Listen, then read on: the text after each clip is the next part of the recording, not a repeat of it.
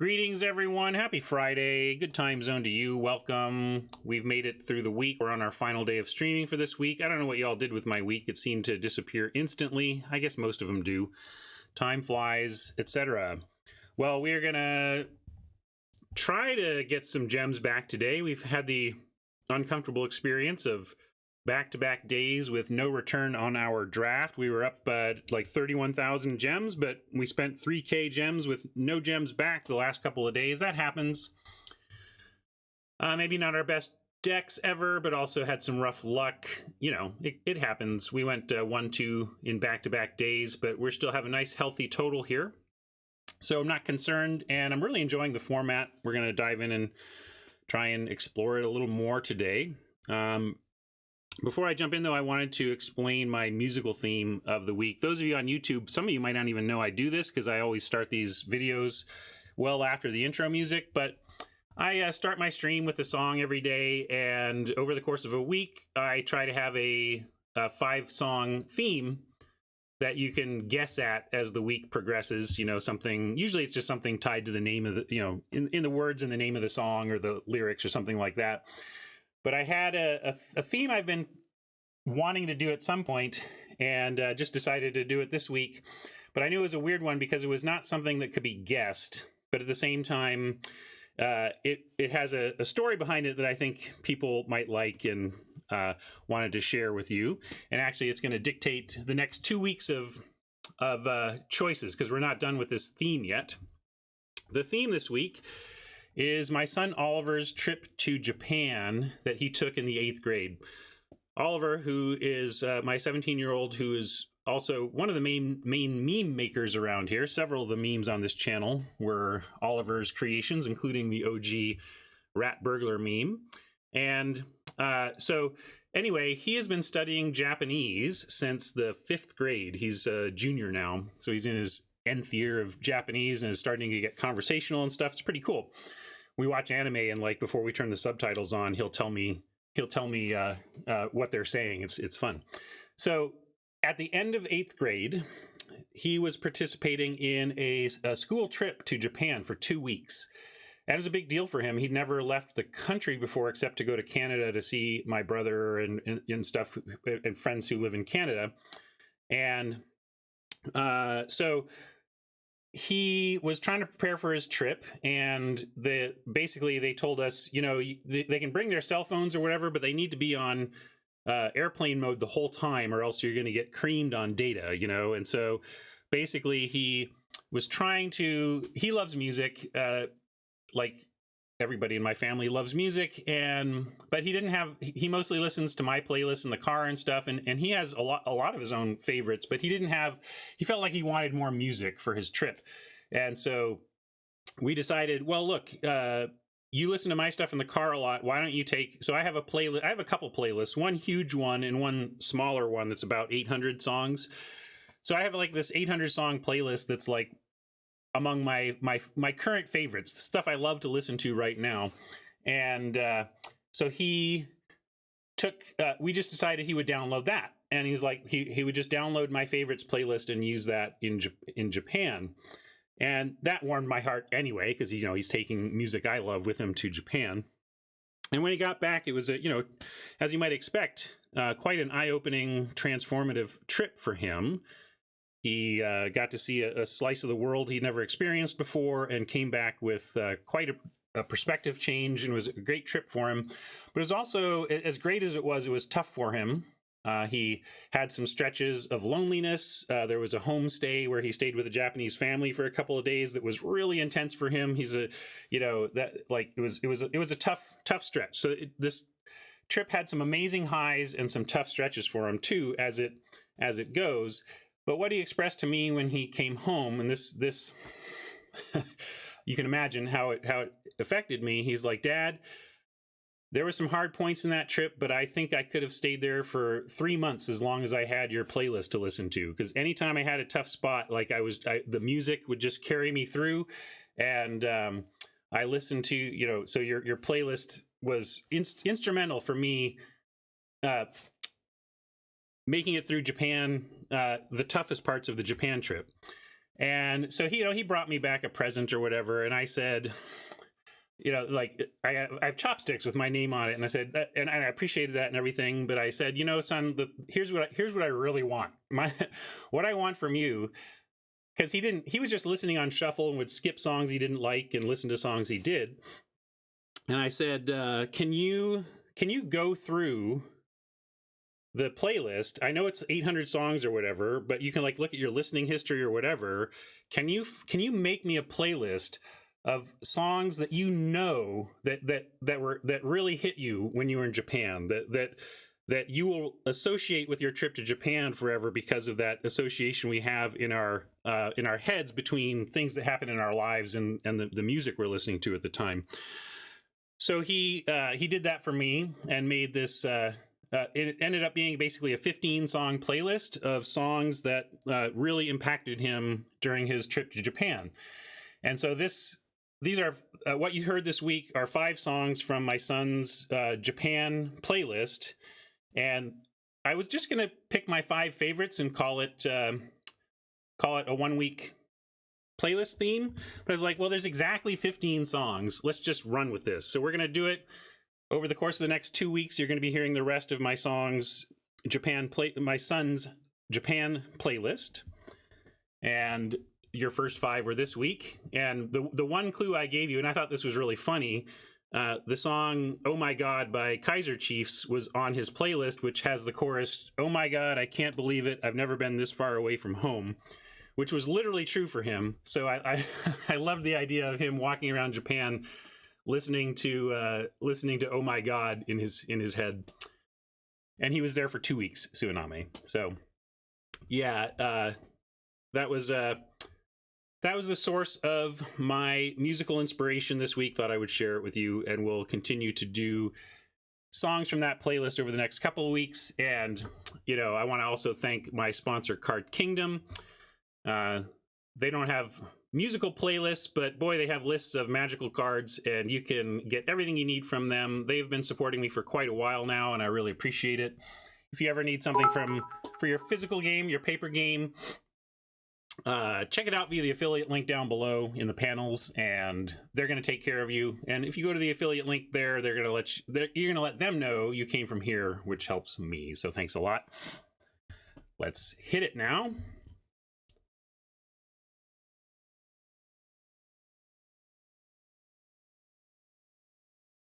Looks like I need some volume too.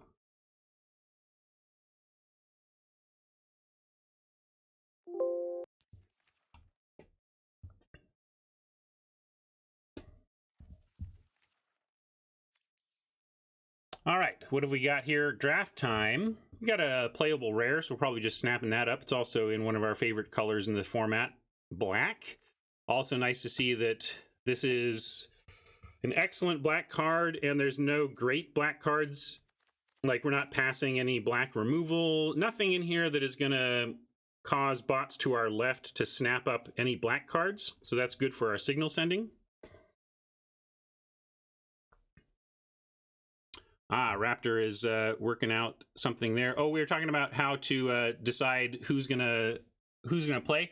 When we get to the place where I'm gonna try human drafting with viewers, I'm gonna turn on a channel points redemption option that is basically play me in a draft. It'll be 500 channel points. So if you want to participate, if we have time later this afternoon, you're gonna need 500 channel points, and you're gonna jump, and then when I turn that on, you're gonna want to have fast fingers and jump in the queue, or maybe not. I don't know. Maybe we'll have trouble filling it. I don't know. We'll see.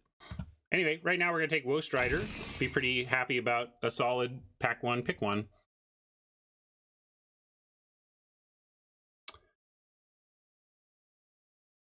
Rare is missing from this pack. Nothing fantastic in the commons, but this Liar, of course, is gonna leap out at us in the uncommons.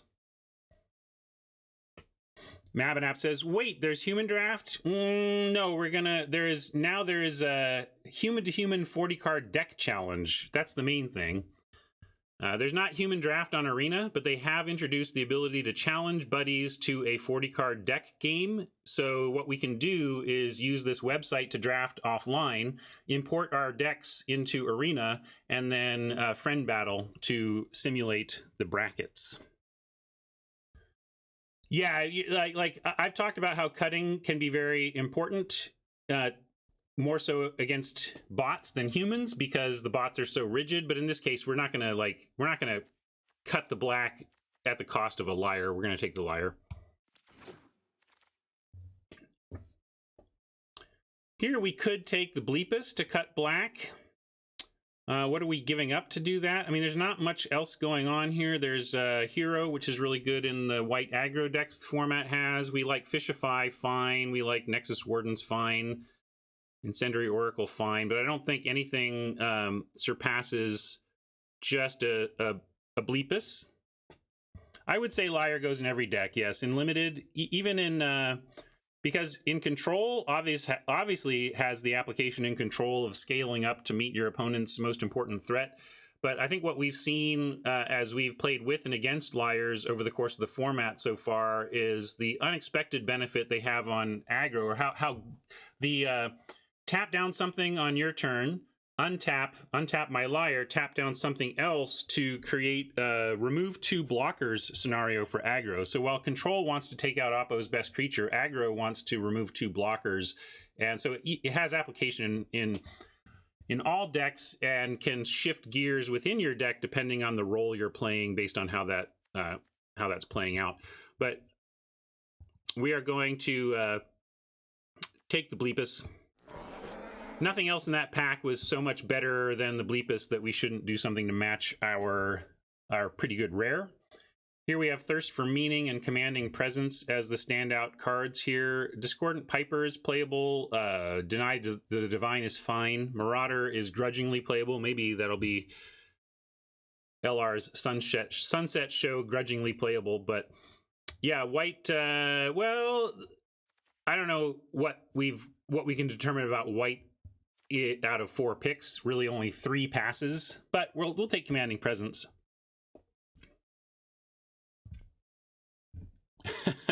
GRS watched the stream yesterday. We had to remind people about 70 times that the reason we couldn't gang block our opponent's Commanding Presence dude was the first strike. But we're going to go ahead and take this. I think it's the best card here. And looking like maybe we're heading in the right direction. Omen and Petitioner are just whatever green cards, but these are legit good white cards, especially for white-black auras. We have 2 auras for that. Omen might be the best of the 3. Let's pull this one. I think we're taking a white card, but I don't know which one it is. I don't think it's Will. I think it's Omen or Eyes. So I'm gonna do Omen or Eyes, and I'm curious which white card you want to take. And obviously by Omen I mean white Omen. We're not going to take the green Omen here.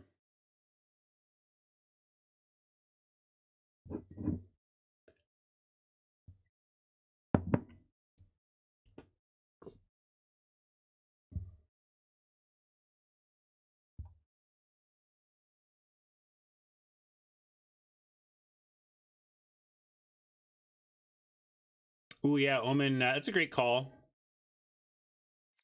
Ghostwriter could sack a soldier token for some value here.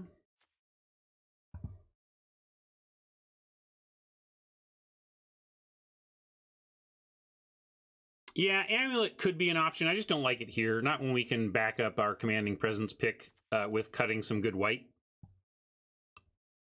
A couple people want to change their vote now, moving it to Omen. I don't think necessarily the ability to sacrifice these to Ghostwriter is that much of a push. Like, it bumps it up a little bit, but I don't know if it bumps it up that much. Raptors looking for a test run, it looks like.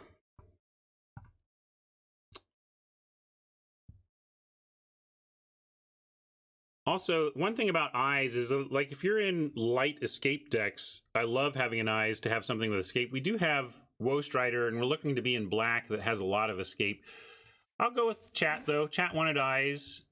we can do that. And looks like we're getting rewarded for our patience and looking at what was open. I wouldn't mind a Funeral Rites or even a Berserker. I think all these black cards are middling but playable, but Chimera is actively good. It's a little awkward. We're kind of starting to push.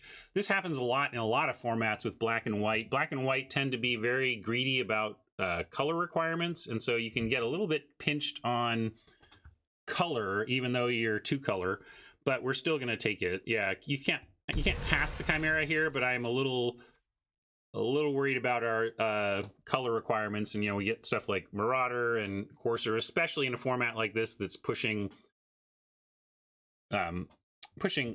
Devotion as a mechanic. You're going to get a lot of that, especially. But here we can, I think we just grab an Omen, right?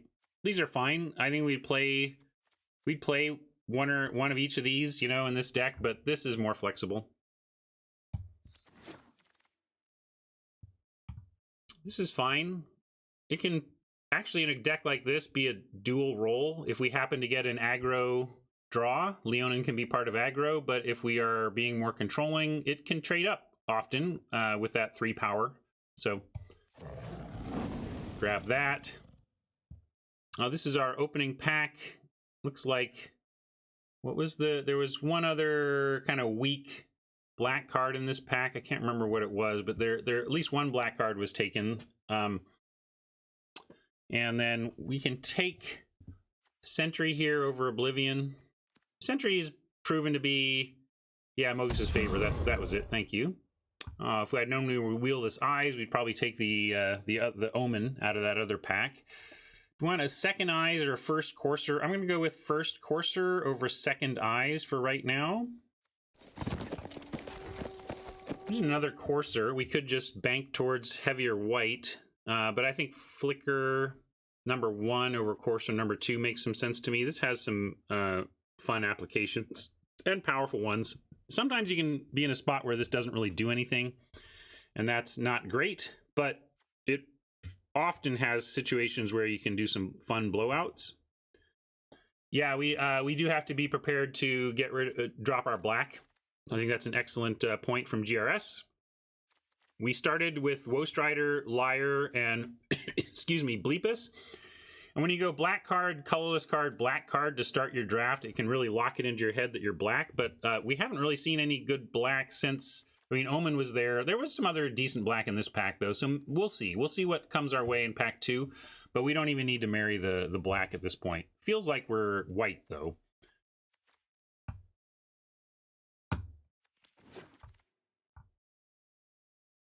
Field of Ruin, best of 3.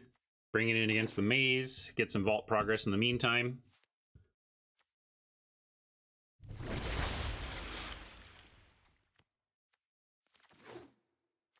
First Iroan Games is a fun, flavorful design, but not where we're at. And we could take it for gems if the rest of the pack isn't very good. We got a hero, a Hierophant, Aspect, Dawn Evangel, Transcendent Envoy. I mean, we could take the rare here. There's nothing amazing.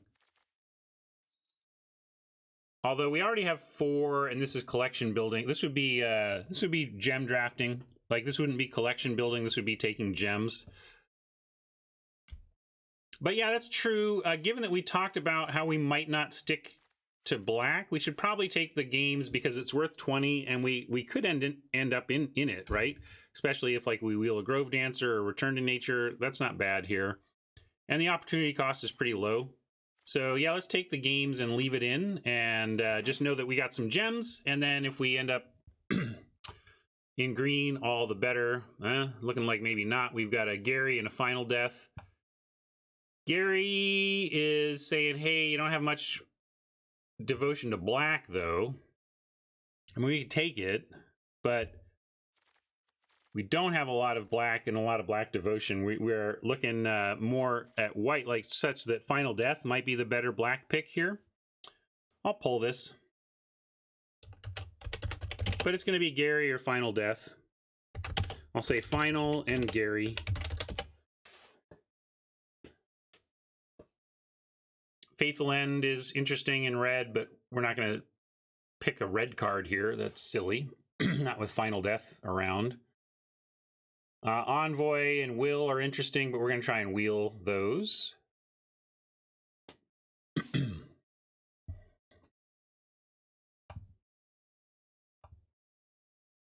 All right. I think that's good discipline from chat. I thought it would be a lot closer, but I think this is correct because we just don't know if we're going to, like, if you're not decently heavy black in terms of permanence, Gray Merchant is a bit underwhelming. 5 mana, 2/4 that does a little drain. I mean, what are we doing here with Woe Strider? And I mean, this, however, if we're heavy white, light black, we'll be thrilled to have a final death. So that is why we're going to do this. I think the Gary votes Haj are just on power level. I mean, this is an extremely powerful card, but it requires a commitment to making it work that we're not showing yet. So, yeah, it comes down to what Spider says. Not splashable, splashable.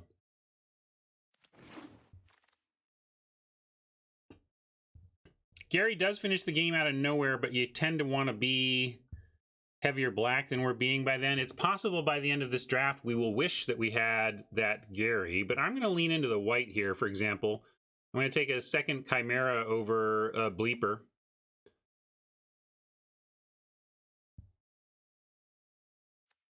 And we're going to keep trying to make white our main color here.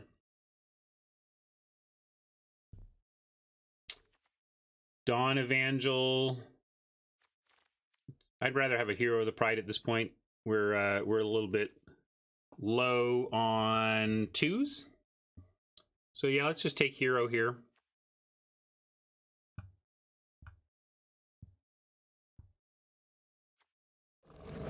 Fill out that 2-drop. Slot in our curve. Favor is interesting. Revoke is good removal. Hierophant, solid 4-drop. Not much going on at 4. This is pullable. I'm going to pull this one real quick because it's got a lot of even stuff. We've got a Revoke to consider. We've got Favor to consider. And we've got Venom to consider. I don't think we want Unicorn or Return here, so I'm going to keep it to Revoke, Favor, and Venomous. I put it as Venom in the voting. Where am I leaning? It's best of 3. Revoke is stronger in best of 3 because of that. First Favor is nice, but we don't exactly have, like, we don't have the, we're not heavy black right now. Maybe Revoke is safest, or just the Venomous. Very close. Yeah, look at that. Wow, quite the... That's the closest 3-choice poll we've ever had here, I think.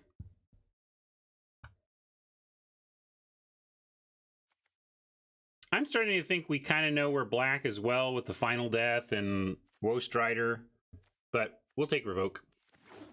I'm in on Revoke. I'm Lampad. I'm Stone. Let's see. We're got Lampad or Indomitable Will. This might wheel. This is black though, which we're not entirely committed to. But we also need 2s, yeah. I'm in for the Lampad here.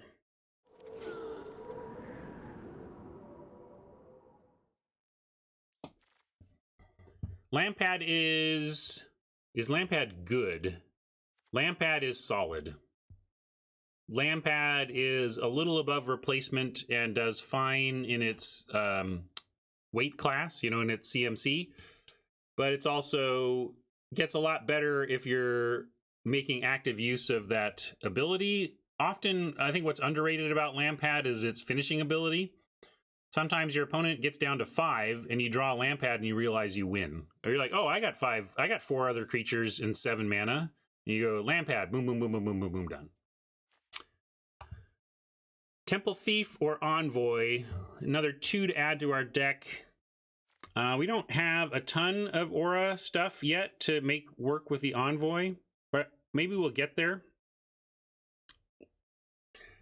I don't know, GRS, to know that you'd have to like read the card, right? So I guess I'll never know.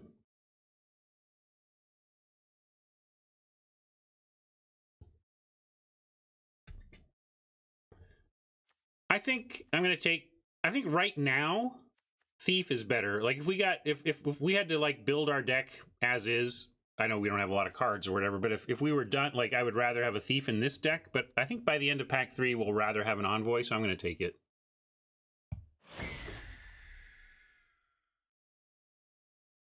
Marauder or a Thief we can grab here. Yeah, we'll take a Thief here over the black Marauder, since we're at least trying to stay light white. Here's another Envoy, but I'm going to take second Hero over second Envoy.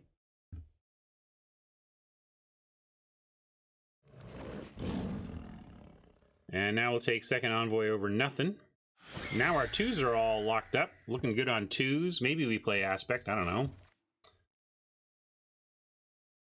We already have a sword. I was just thinking like maybe this ends up being the deck where I finally want something like a sword if we get a bunch of Envoys, but what we really want is commanding presences, not swords. But we'll take the Courser and yeah, Courser, 2 Coursers with Chimeras is not bad.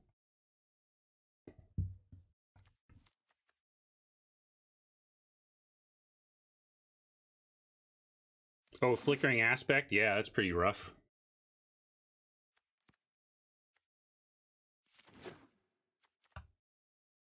Interesting. We've got a rare that says, are you sure you don't want to ditch your black? But I don't think we want to ditch our black. We have a Mire's Grasp or another Chimera or an Archon. Wow.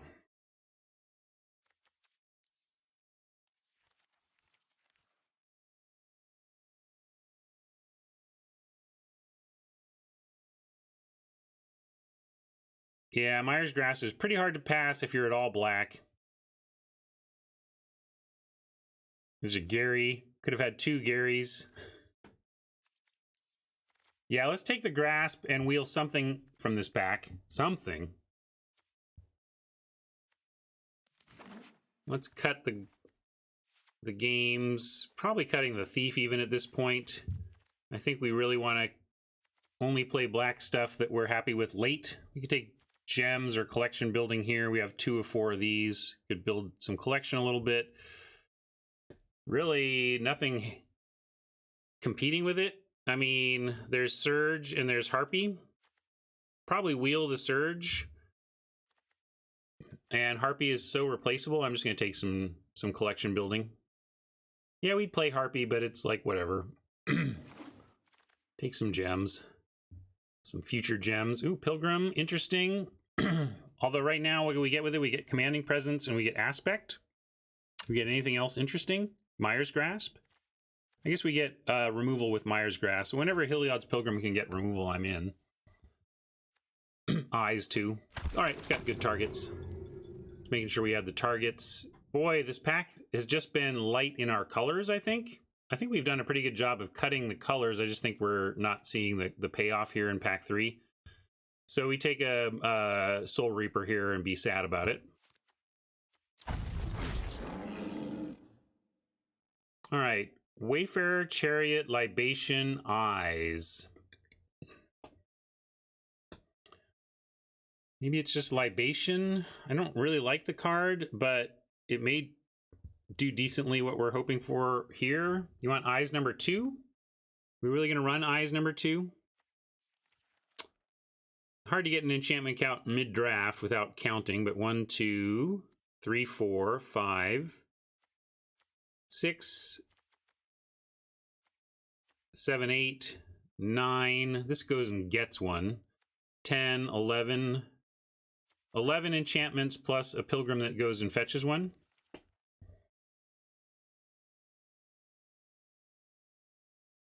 Yeah, I think it's probably Chariot or Libation. I agree with Mabinap.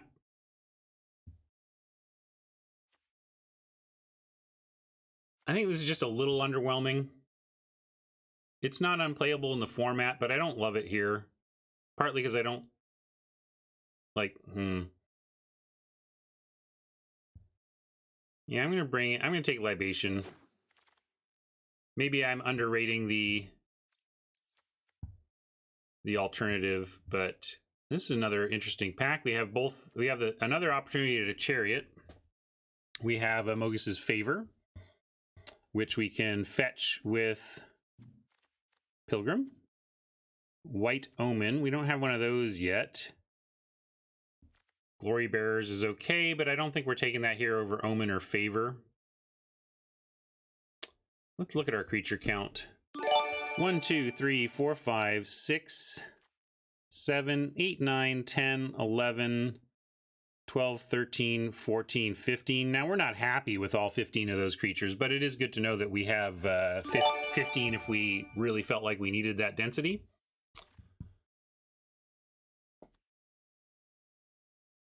It's a tough one. I'm gonna pull this one again. I'm gonna do another pull here because we have Omen for White Omen, and we have Favor for the Mogus's Favor. I'll throw Chariot in here, but I don't think it's the pick. I think we'd rather just have one of the on-color cards. And Favor is searchable by the Pilgrim and is very good against any deck that is vulnerable to it. Omen is more generically useful. We have 2 heroes looking to potentially help us go wide. We have a rare that can, a Woe Strider that can sacrifice tokens for a scry if we needed that. Look at that. Wow, that's so close.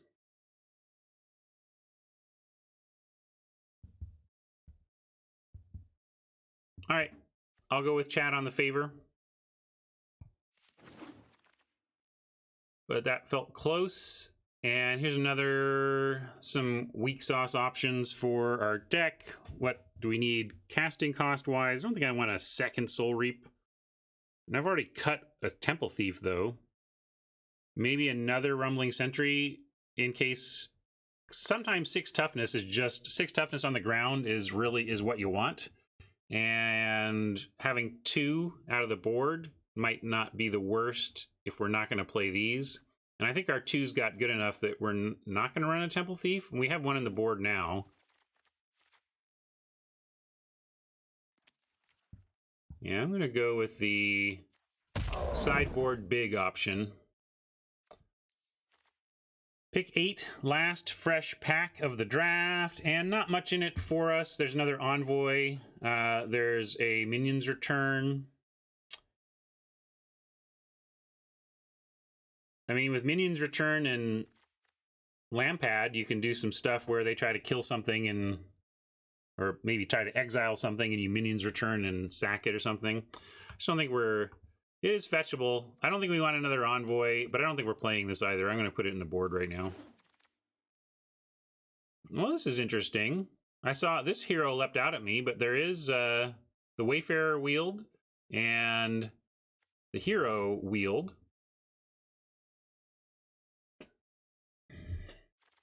Let's look at our curve. We're pretty low on 4, and we do have this Favor now that goes on the hero pretty nicely. I'm going to take it for curve reasons. I think we're pretty good on 2s, and we could use a little 4.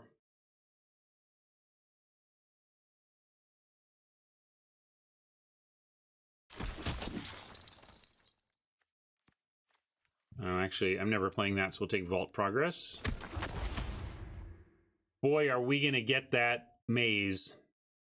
That maze is doomed. Vault. Vault. And, wow, last pick playable. And 20 gems on the grind. What do we end up with? 6 cuts to make. Here's our numbers. 18 creatures, 11 non-creatures. Yeah, we can consider these to be 4 drops. That's fair.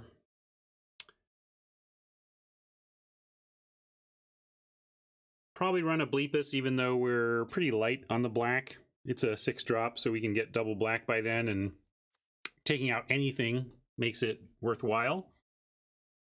Do I like Aspect of Lamprey? I find it playable depending on the situation. Here, maybe we have enough other things going on that we don't have to play it. I think we are cutting this Thief. Probably need to cut. I'm going to put cut candidates over here. Stuff that yeah, let's cut a Libation. I think we can bring that out of the board.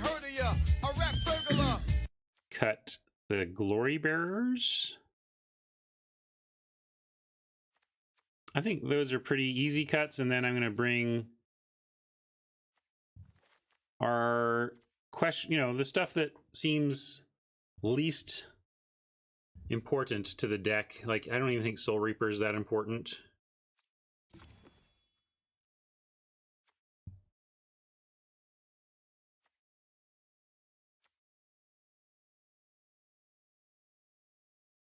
Cut one horse. What horse are we talking about? This one? Courser?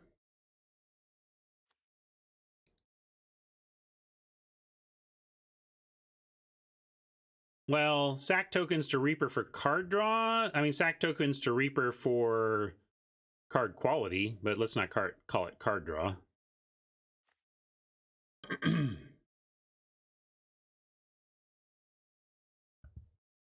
All right. Let's see. Here's what I'm going to do. Actually, I could use a pre-play bio break. I'm going to run a poll. First, does anybody think... So here's 5 candidates of cards to cut. What else does somebody want in the pile of considerations for cutting? Because what I'm going to do is run a poll on what to cut, and we'll take the top 3 from the list. You want to go 16 land here? Not if we run the Bleepus. I think I've been really noticing that people really seem to be wanting to run 16 land lately. Like, I feel like every day somebody suggests 16 land, almost regardless of the deck we're building.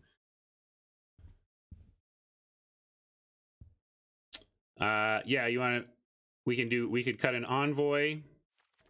We could decide that one of these coursers needs to go. And we could cut the Bleepus. And in that case, we could cut... I'll say if Bleepus, if y'all want to cut Bleepus, we can talk about 16, because then we only have the Final Death and not much in the way of mana sinks other than the Liar. But I do not want to go 16 if we're playing the Bleepus. Anyway, I'm going to do a long poll, and I'll be back in a couple minutes. I'll give you a 90-second poll here. A lot to choose from, but I'm going to order it kind of in the order you see it on screen here. We're going to go Envoy, Flicker, Revoke, Courser, Mogus for Soul Reaper of Mogus, Aspect for Aspect of Lamprey, Sentry for Rumbling Sentry, and Bleep for the Bleepus. That's a lot of stuff. A lot of stuff to choose from. And I know you only get 1 vote, but still vote for the thing you think, or you can game it, let other people vote first, and then if you feel like your top choice is clearly going to be in the top 3, you can vote for something else. But I'm just going to step away, come back, and cut the top 3 and be done. Unless Bleepus is in the top 3, in which case we will discuss land count. So if Bleepus is in the top 3, it may be that voting for Bleep is voting for Bleep and a land to be cut. That's where you're at. I will be right back. All right, let's see what everybody came up with.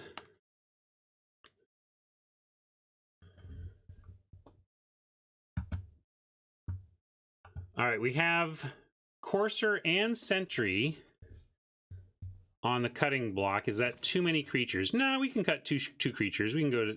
So I'll just take... I'm going to take Chat's cuts and run it. And now let's do some adjusting. We have Rat Sleeves for Mama. We have... I forget who redeemed Deck Box, but let me know. I do remember we are on Avon's for our lands.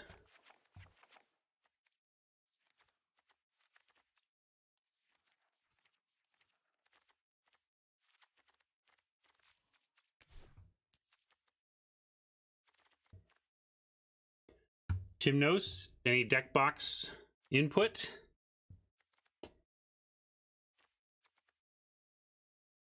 We were cutting 3. We had 43 cards, and we were gonna cut 2 if one of them was Bleepus, basically. Lamprey. Just to bug Marshall and Luis. All right, we are calling this, what are we calling this? Give me a good name. We got a couple of chimeras. Want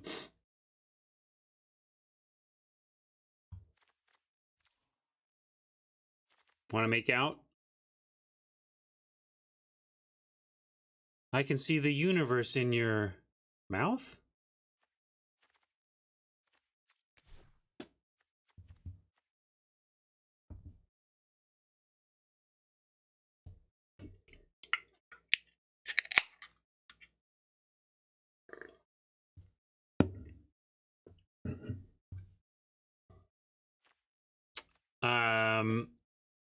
All right, there we go. Universe in your mouth.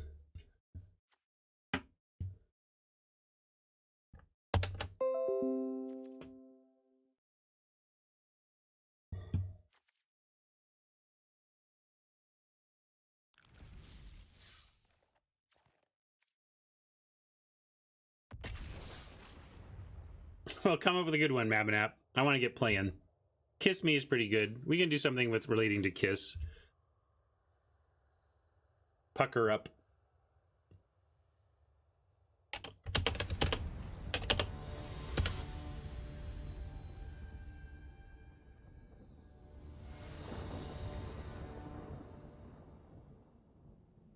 Lyrics feel familiar, Blue, but I can't name it. It's not Under the Milky Way, is it?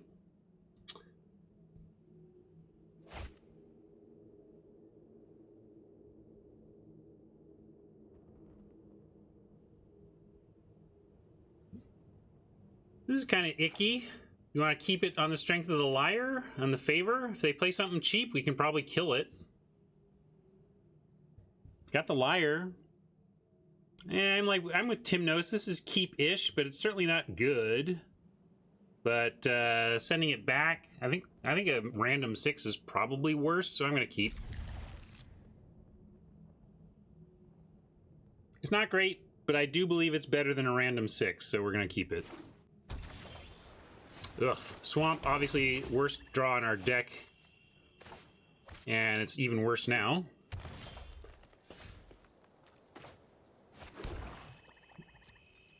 Well, Oppo Mold as well, so they're getting a slow start, and we're very reactive, so our start is looking slow as well.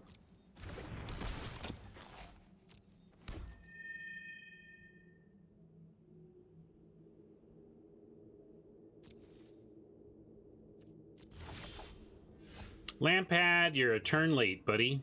You would have been delightful to have in play right now. As is, we're just going to drop the liar. If the Lampad could block a 3-2, we'd probably run out the Lampad, but without that, I'm just going to play the liar. Train you on Omen for Scry? Hope you're not serious. You don't want to run this out unless you're getting value off of the Raised Dead.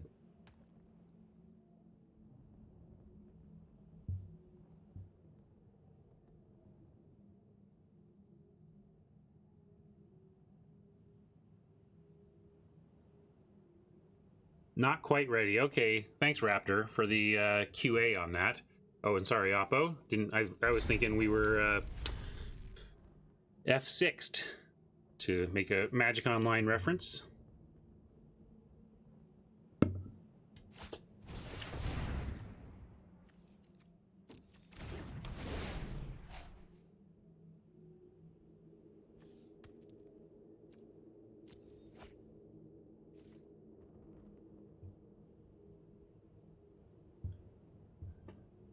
Well, I had it at like 90% troll, but Train, let me tell you, if only it were 100%. You know what I mean? If only.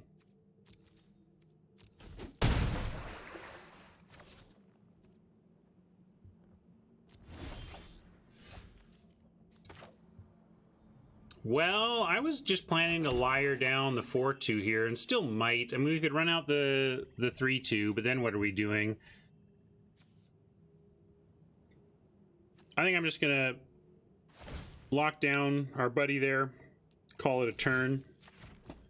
One reason I'm doing it is because locking down the reflection token, especially one that's been enchanted and trampling and stuff, this basically nullifies this creature without unlocking this creature, so that's pretty good. I don't like that we spent 7 mana to nullify this reflection token, but Oppo having to do some wheel spinning to find land, but they did so. Nobody wants to put a Cetessan training on their tapped reflection token, or you know, their tapped dude there. We'll go Woe Strider though.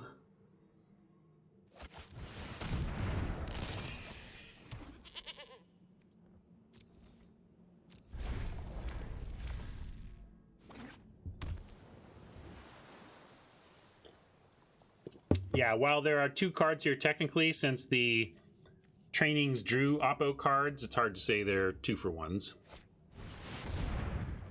But it's a little extra value. It's more than just an absolute 1-for-1. Some value of this card is the fact that it makes a creature bigger.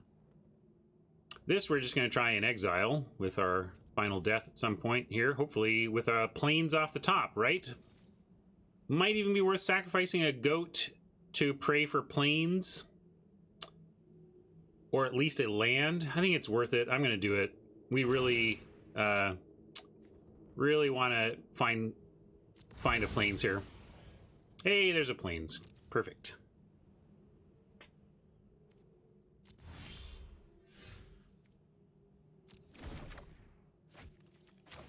And I'm not going to mess around. We're going to final death this Forerunner.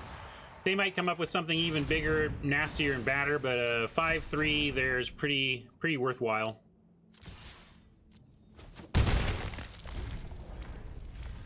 Game 1, yep. Oh yeah, I could have tried to trade. I just didn't feel like that was realistic.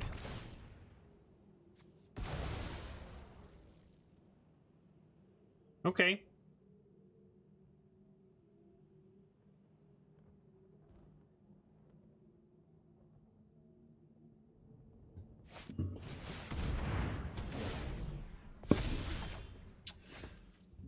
Okay.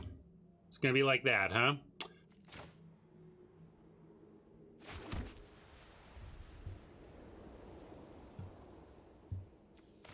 This is gonna be tough.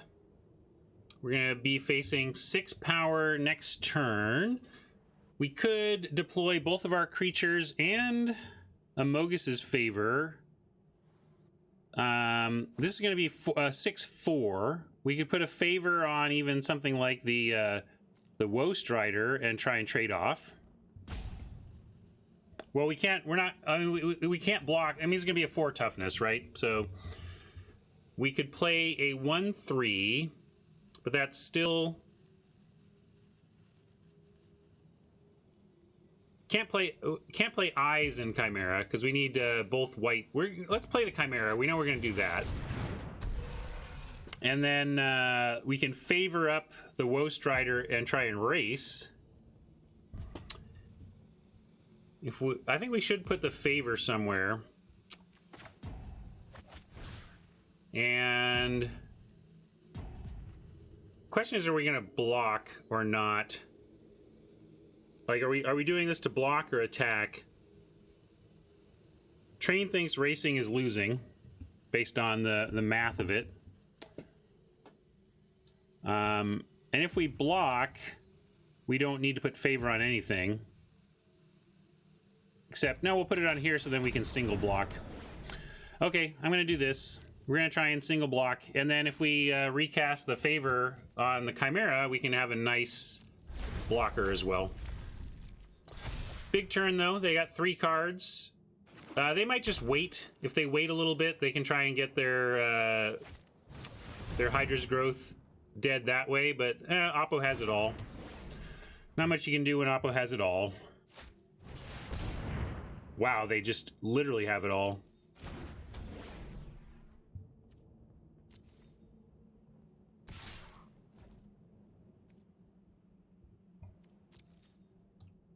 I don't think racing a Hydra's Growth is a good plan, folks. If your plan was to race here, it feels more risky to me than trying to have defense.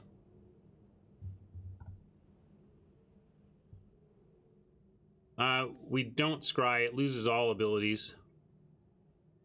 I don't want to sack in response when it can chump. I mean, I guess the trample makes that rough, but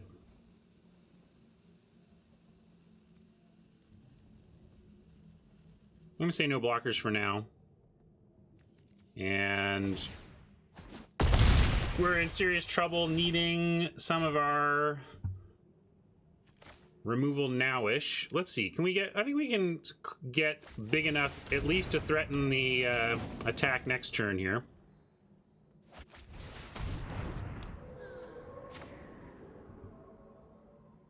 No, it's just short, just short. We get 4 power, and this is going to become 6. So that's not good enough. Nothing to take here yet. I guess we Sentinel's Eyes the hero.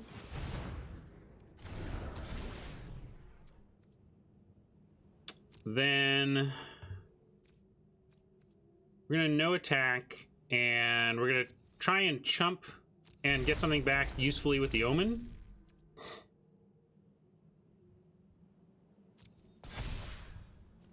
What was your plan? You just want to try and trade with it?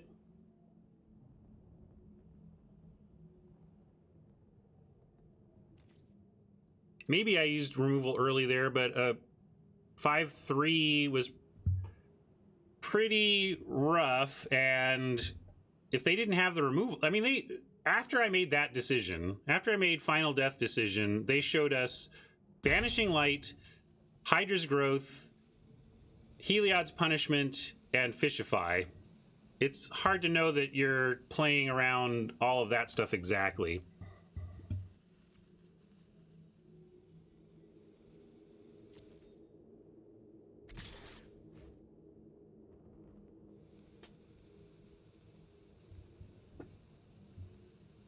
Now, got a block here.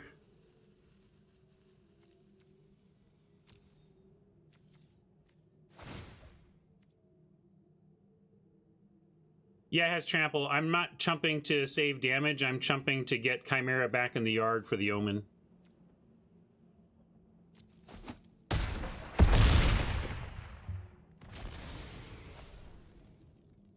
I don't even think necessarily Chimera, and that kind of ends it. No, I'm not going to sack it because I want to cast the Omen. This necessarily doesn't even necessarily help us. Like, I guess I could have done the Woe Strider instead or something, but at least it does something. Ugh. 6, 7, 8, 3, 4, 5, 6. Yeah, we can't even get enough defense out to kill it.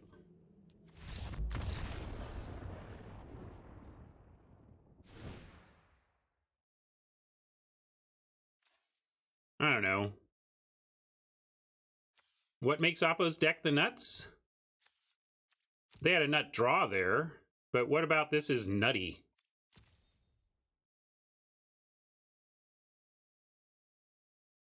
I don't think there's anything nuts about Oppo's deck. Which is not I'm not trying to insult Oppo. It's fine deck. I just don't know why people are saying that based on what we saw that the deck is nutty. The deck has some commons and uncommons that combine together to beat the snot out of us in that game, but I don't think it makes a nutty deck.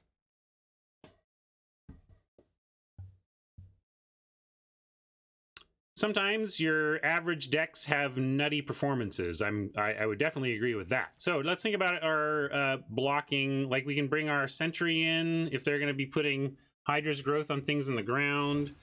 Yeah, we can justify Flicker and Sentry. And the Revoke is already in. So then what else we were considering? We were considering cutting like Aspect.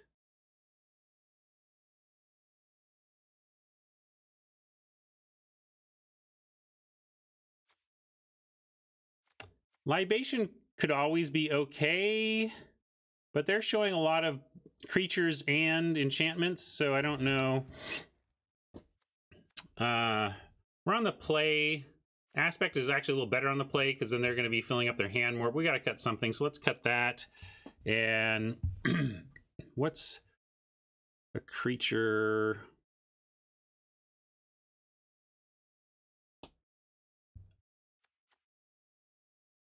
Where are we at number-wise? 15-9. Yeah, I was looking at the Envoy and thinking about that. That was my instinct too, Mabinop. And looks like two people had the same thought I did, Envoy, so let's do it. Soul Reaper, another good option. Archangel, I like that as well.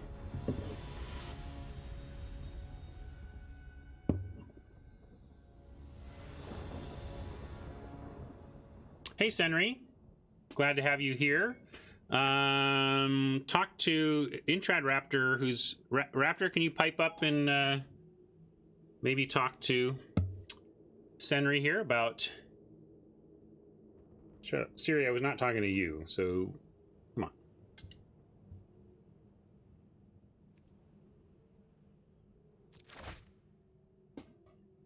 Okay, not amazing, but we'll keep this. Envoy with eyes. Pretty good attacker, pretty good blocker.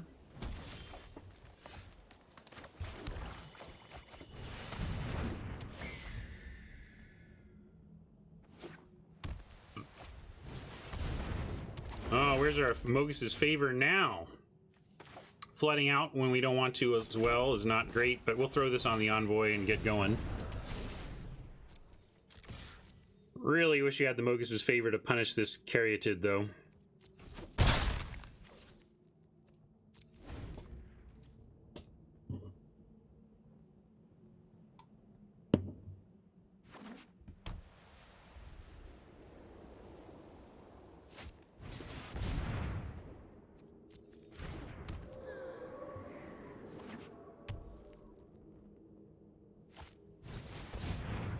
This again?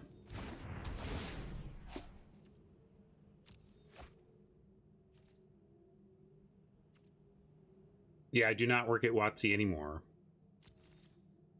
Should be some bio info down in the panels below if you want to read what my deal is.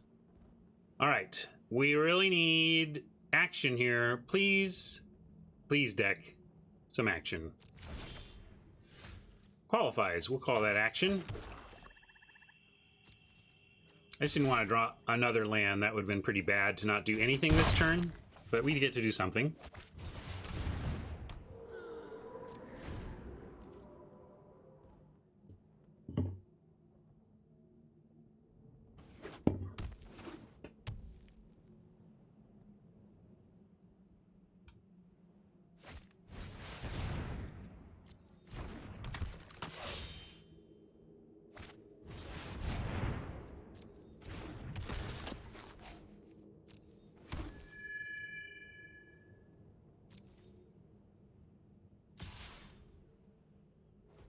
Safe attack for Oppo since we don't have 4 power to kill the thing.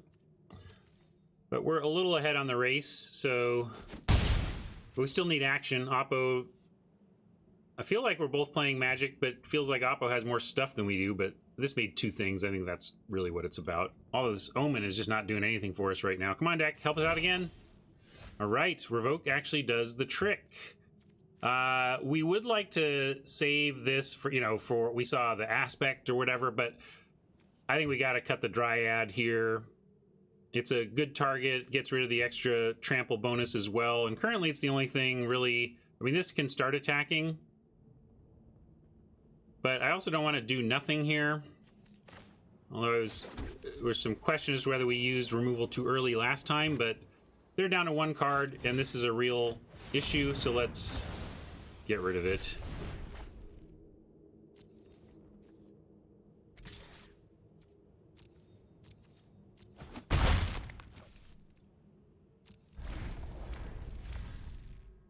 Incoming aspect of Hydra, of course.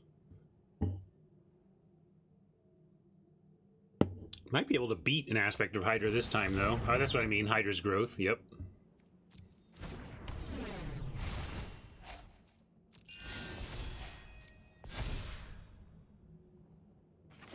And if they attack now, I'm going to block. I mean, that's with the 4/3 Hydra's growth, but they're not. We could... Let's see, we have only 1 card in the yard. This escapes for 1 and needs 2 other cards. The Omen could be that if we... Because we could we could block trade, rebuy the Envoy, and then play it and rebuy the Sentinel's Eyes on it as well. But this is going to be the problem, and maybe we don't have time for that move right now. I'm going to say not. Yeah, we're going to not trade now. I'm trying to get value out of this Omen for one thing.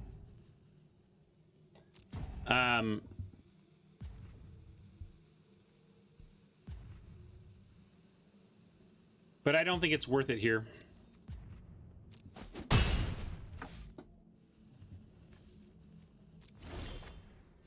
Pilgrim is nice. We got options in the deck for that. Let's go get our Mire's Grasp and kill that Hydra's Growth creature before it gets out of hand.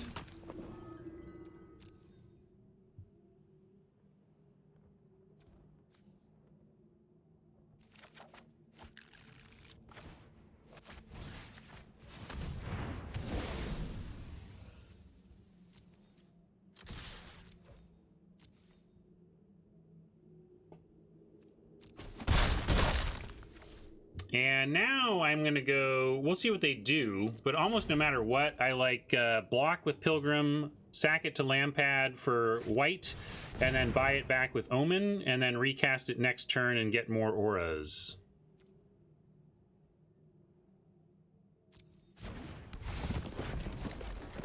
Get a commanding presence for this Envoy, you know? That'd be good.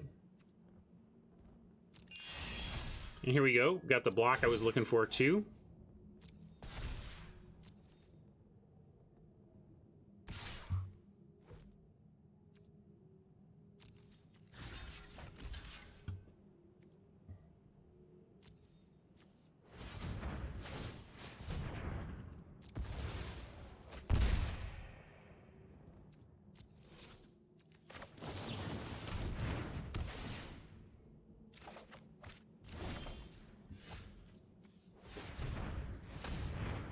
And with the discount, we can get the commanding presence and play it on the Envoy right now. The trample doesn't matter. We weren't doing it because to absorb damage as much as we were doing it to eventually just rebuy this Pilgrim. Is Mogus's favor better? I'm going to take out the Caryatid, but no.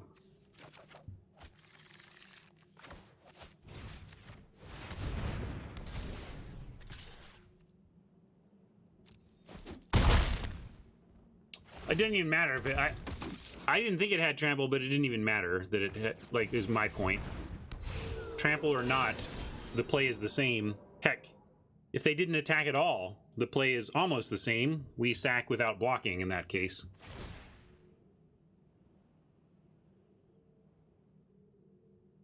Oh yeah, thinking of the Herald. Yeah, the Herald isn't what pumped that up.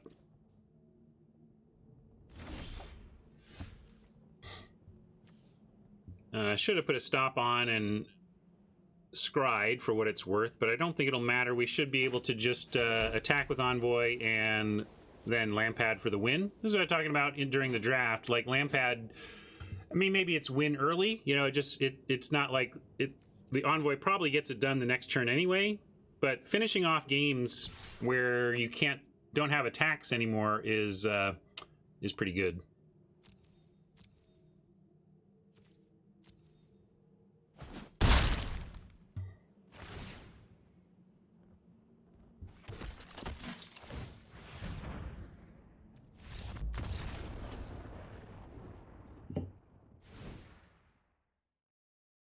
All right, our deck had a decent showing there. It's a good match. Any other changes we want to make? Any new information? They're doing some splashing, it looks like, but just for the Enraptured. That's interesting. Any other? We saw Fishify, so it looks like Bant splashing for a couple of blue things. But I don't think anything here adds to our ability to beat them. The Envoy was nice there, and we cut one, but I still think it's correct.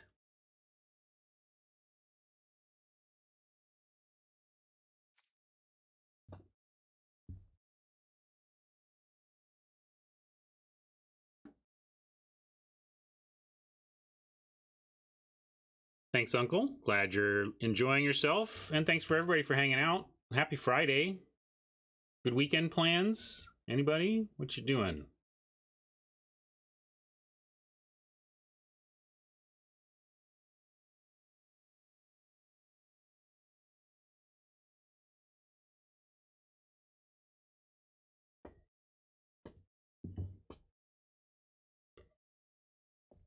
We won that game, Krauser. We are effectively... Here, I'll... since my win count is hidden behind the graphic on screen, I will say that we are 0.5 here. We have half a win, half a match win.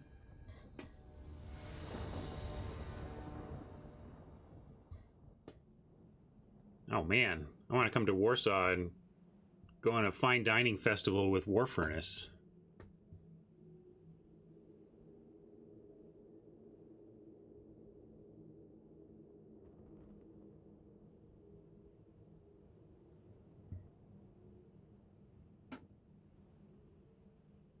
Mama needs her bling. Gonna make it happen this weekend. Can't cast the Courser yet, but we're gonna keep this. We have Hero into Sentinel's Eyes, which is a fine start.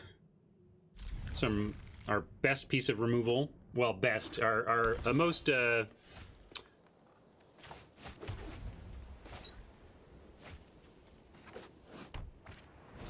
least narrow piece of removal is what I'm going for.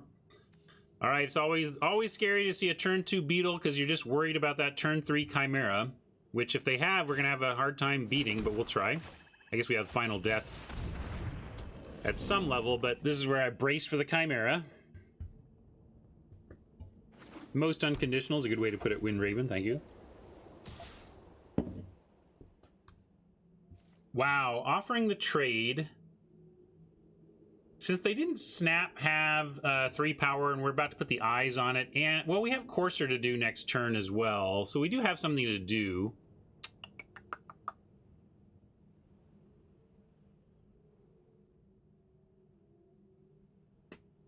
Yeah, I mean, it looks like a trick, but you're often willing to trade for a trick. The trouble is in this set, if the trick is an aura, it stays around. Let's say no blocks and just build our board.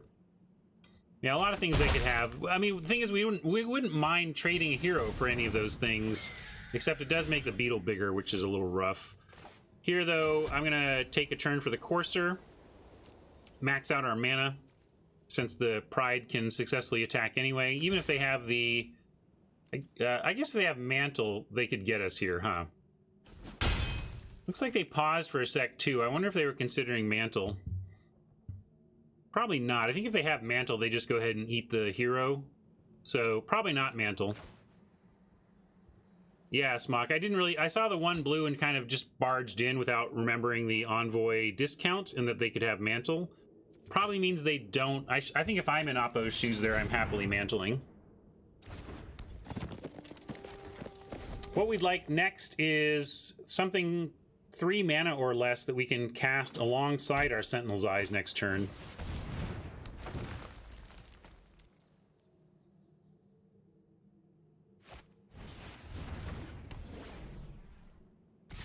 That doesn't feel like a super big deal right now. This early in the game. I mean, if we don't find anything else to do, like that's just a brutal draw for us to go to get no play beyond the Sentinel's Eyes.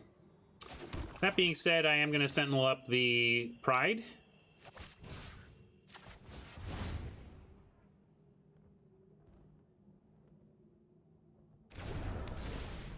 I'm also going to do this now. I do this as soon as I remember until it has 1 counter. Then I wait because I don't want to put this in Oppo's graveyard until the end of their turn. And are we racing? If we attack here, they crack back for 4. Whereas if we hold... Well, we have Vigilance. Never mind. Sorry, I forgot Sentinel's Eyes gave Vigilance. I'm reading cards now. Look at me reading cards. Shut up, Angel. I didn't ask you. Like Kruzica says, I'm smart. Smart. Read cards and know what things do and stuff like that. Banishing Light.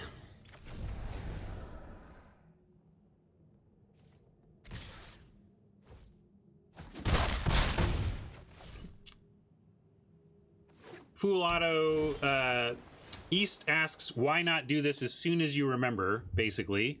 And my answer is because if you do it as soon as you remember when it's got one left, it puts a card in their graveyard, which in Escape reality actually matters. And in especially between Escape and the Laguna Band Enchantment Recoverer, you don't want to give them something in their graveyard on their main phase.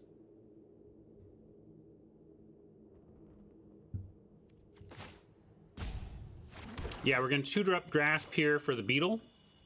I like doing it for the Beetle over the Envoy.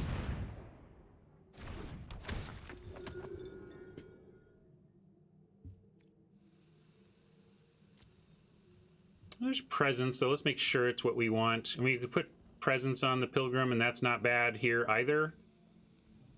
But let's not mess around with that Beetle.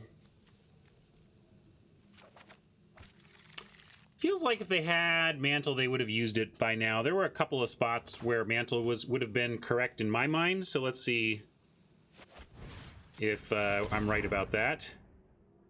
Or if oh, it looks like they're just super patient. Wow, I'm surprised they didn't eat the thing when they had the chance. Well, as rough as that is, we still have the final death, so it takes the last card out of their hand and gives us something to do next turn.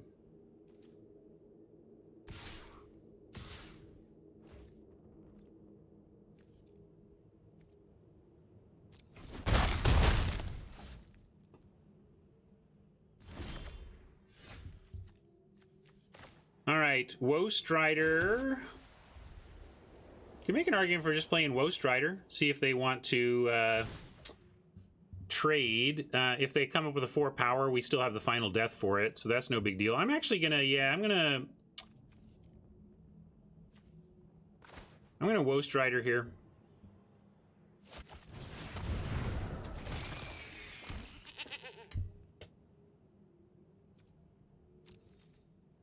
And we can even send the Pilgrim.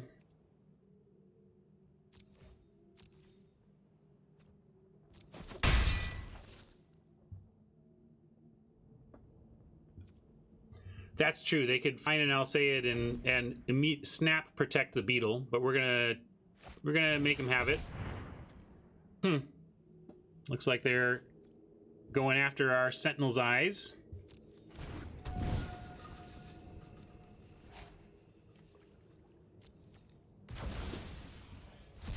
Sad, but okay. And now they're just done.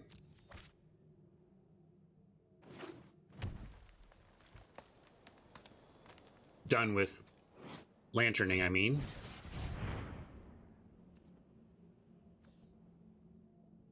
Another creature is the Scry, so we can't self-sacrifice. And we see why we're getting so punished here. They have multiples. Oh yeah, I should scry the goat, though, you're right. Let's scry the goat.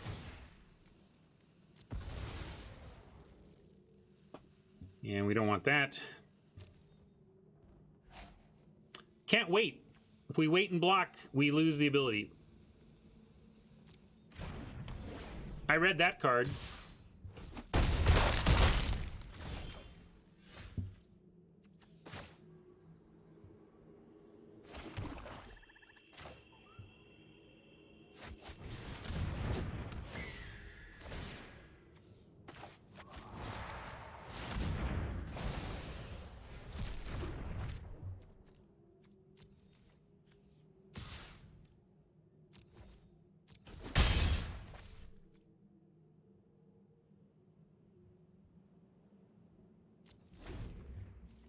Yeah, we're pretty low on life, so maybe I should have just saved the life. But Scry wasn't bad either.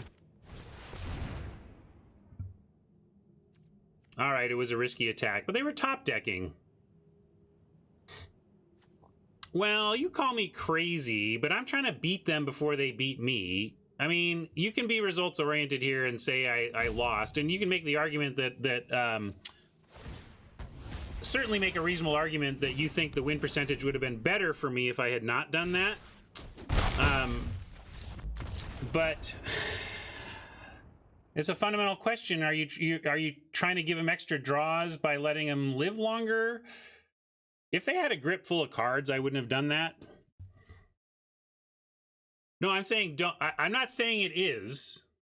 Let me be clear. Just because I invoke the word results oriented doesn't mean I'm claiming that anybody is being that. I'm just saying, hey, before we talk about what just happened there, let's make sure that we're not. But I did want to call out that that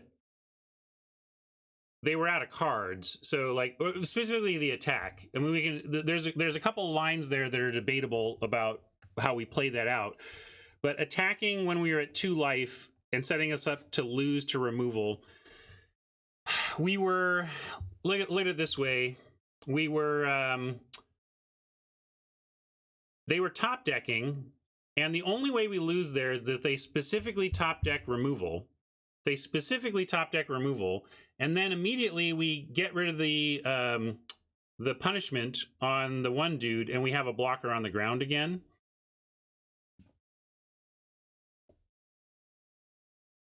So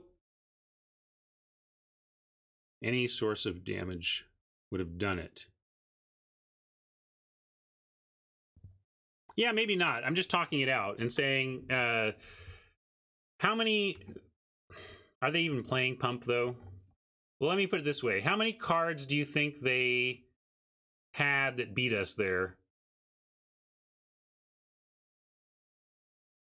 I know, developer. I'm not saying I was blocking that turn. I was saying I was 1 turn away from having it back. We were going to tap it, knock it off, and untap and have it. I wasn't saying we were blocking afterwards. I'm saying we were blocking next turn. So I think they probably had a couple of outs, and it wasn't crazy.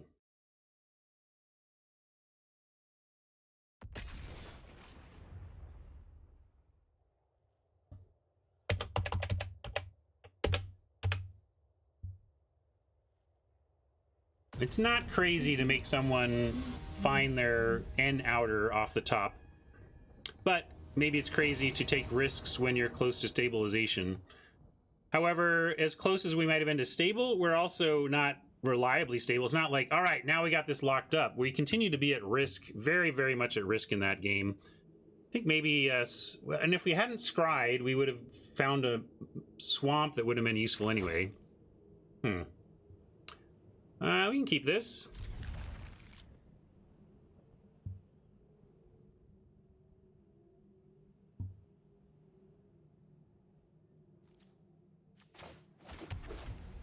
Yeah, you can argue it's too risky. I just don't want to hear that I was insano for making the play I made. I thought about it. I made the play. It didn't work out. Maybe it was lower EV, but it was not nutso. Oh, Hero, you're a little bit late. Now, do we want to go Pilgrim to max mana or Hero to max possible damage?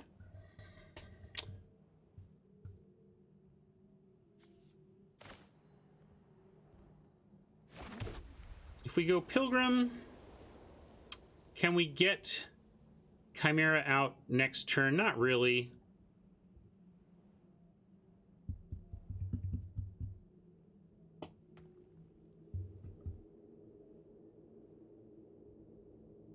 Pilgrim to absorb Omen. If they got Red Omen, we're also fine with the Hero, though. Yeah, I like lazy developers' point that we can wait and see what they have, although there's only a couple more things to get. We have Commanding Presence, we have -3/-3, we have Sentinel's Eyes, and we have like one other aura. So it's not like there's that much, and Mogis' Favor. So we have half of our stuff in hand anyway. I'm going to go with Hero.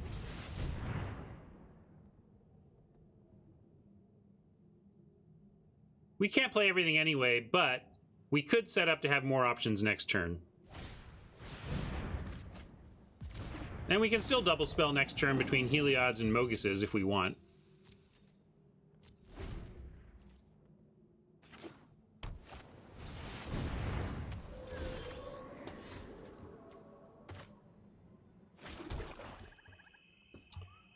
I'm just going to drop Chimera here. leave the hero back, get a 3/3 for 4, 3/3 fire for 4 that we can commanding presence next turn.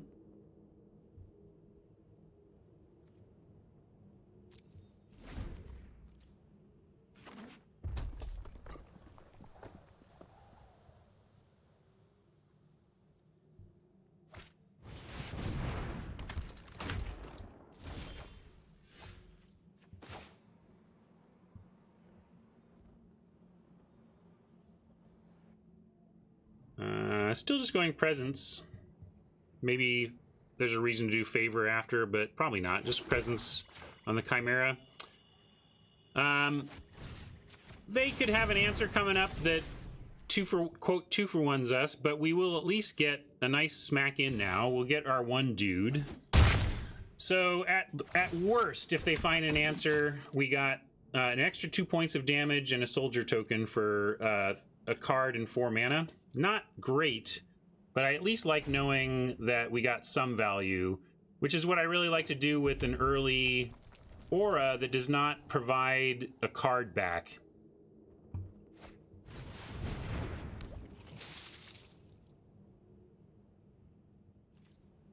I'm more worried about bounce in blue. They could just send the Chimera back to hand.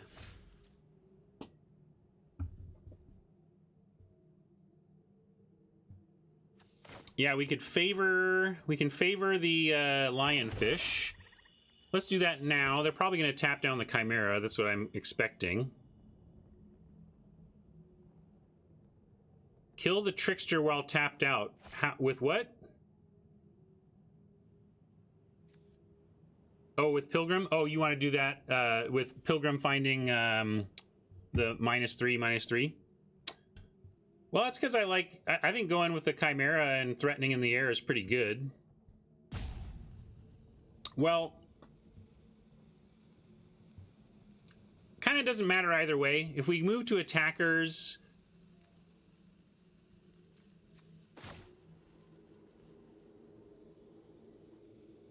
but let's see. Yeah, we can grasp and favor.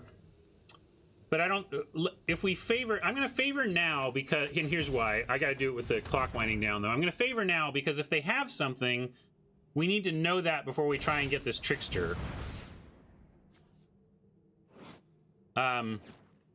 So this is important. Like there was a suggestion to go get -3/-3 and get rid of the trickster, but I did this to find out if they had something to grow the trickster.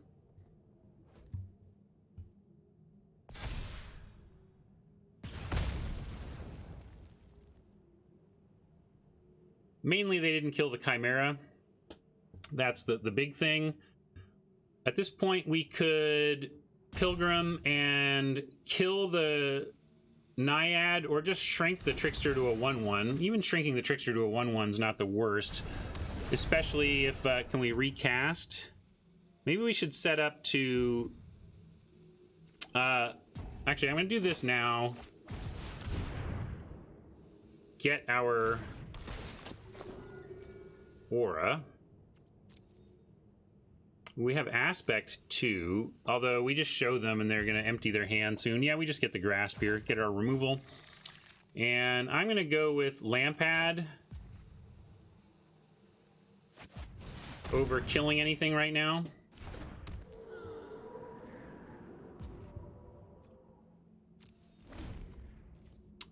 Mindless 19 asks what I think of the GRN limited format. I enjoyed it a lot on the battlefield. The drafts are a little dry on Arena in GRN because you tend to end up in Boros, Dimir, or Izzet, kind of in that order. Not a lot of deck variety in that format, but the gameplay of those decks that you do end up in, I think is quite good. So I'm a little burnt out on it. But if you haven't done a lot of GRN, it's a really fun format on the battlefield, but the drafts are a little bit boring. You kind of get railroaded into one of those 3 I mentioned, into Boros, Dimir, or Izzet. But if you haven't played it a lot, you still might find that fun at the end of the day. So they're coming at us. We have a grasp for the coves and even a favor for our Chimera, for example, if we want to increase our attack power in the air. I think we can win a race here, so I'm going to just take all this and head back the other direction with our attacks.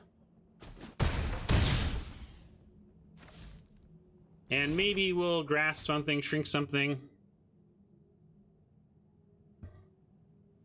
Favor needs 2 other cards. We only have 2 cards in the yard right now. But if we grasp the Naiad, we will get the 2 we need, because it'll kill it. They might have a deny, like they could deny our grasp, for example. But it still ends up in the yard, and then we could favor up our flyer. I'm going to try grasp on the Naiad here. See what they've got in response.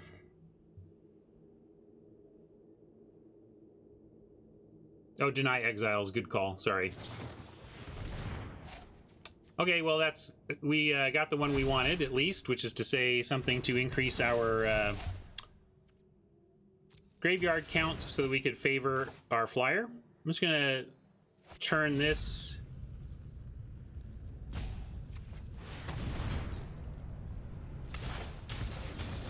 This is now a 2-turn clock with the Lampad.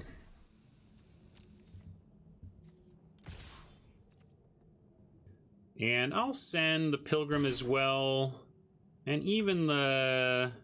Actually, I'll send definitely these 2. Because we need... I'm not blocking the Lampad. It's how we might close this out. If we send all, are we doing anything to risk losing? That's my concern. Like 5, 6, 7, 8... I guess they can't really clock us for 14 next turn. And we do get 1 blocker off of the presence. Do we want 2 blockers? We can send at least this. Yeah, I guess if we're getting 1 chump even, it should be fine. I'm going to send it all because... with 1 chump, I don't think there's somebody come up with a sequence of cards in this set that allow them to remove this 1/1 and deal 14 to us next turn. I don't think that exists. So by doing it this way, we actually set up the ability to win with sacrificing stuff, although not if we chump. Yeah, Lampad can sack themselves.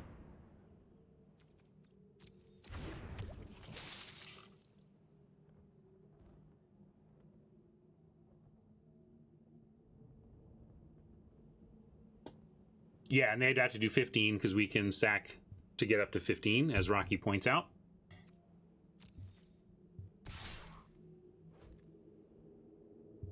And I'm not even going to block because we don't feel that we're threatened. And with 5 creatures and a Lampad and them at 5, they're just dead if we untap. Because no matter what they can do, unless they can gain life at instant speed in red-blue, which doesn't seem correct, I think we got it. Yeah, we could block and sack too. That's fair. Just start the sacking. It just didn't matter really.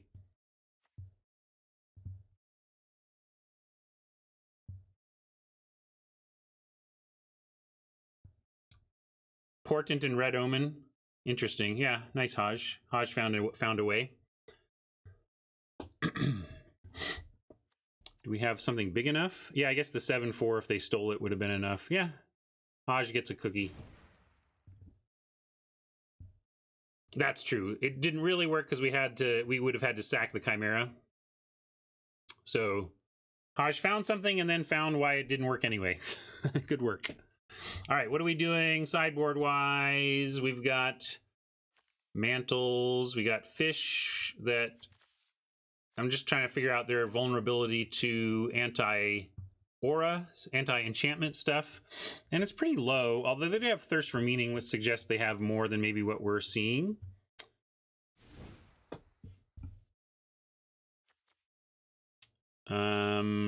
Flickering doesn't seem good, although it does reset their dude. I don't know if what we've seen justifies a flicker here. I don't really see much that I want to bring in for.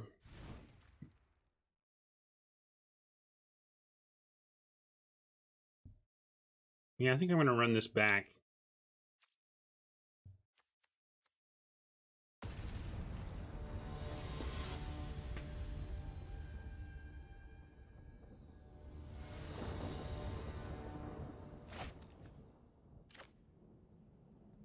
All right, Lampad into Woe Strider into Lamprey seems real nice.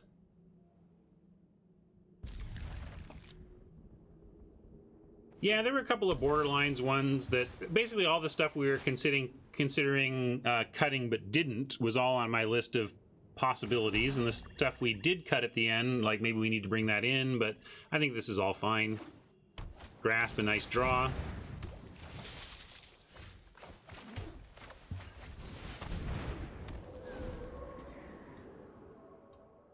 Vigil into Woe Strider or Courser? Probably Courser. Bigger butt, and maybe try to get him to use our removal on other stuff, although we don't really care if they remove the Woe Strider. It's got Escape.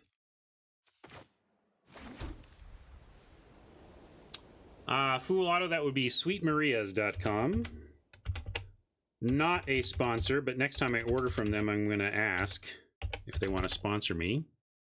But I roast my own coffee at home, and that's where I get all my stuff for it. They have a nice guide to how to get started roasting if you like the idea of it.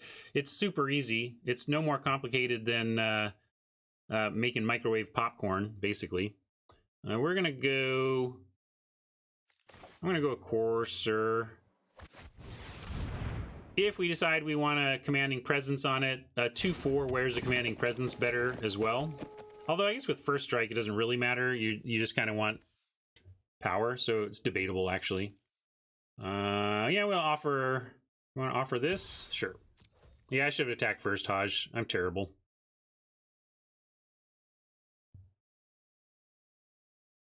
Yeah, you can roast Decaf.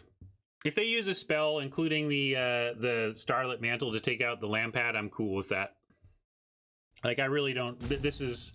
I should have attacked before casting the Courser so that our we threatened more responses, but I'd be fine with a trade here, so...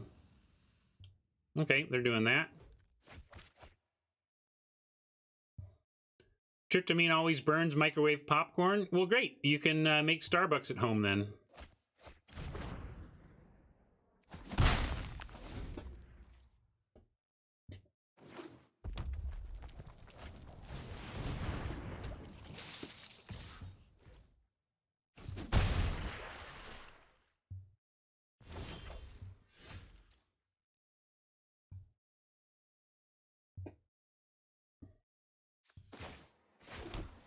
If we wanted to wait a turn on Aspect, we probably get their final 2 cards-ish, which I kind of like doing, waiting a turn. If we throw Commanding Presence on the Courser...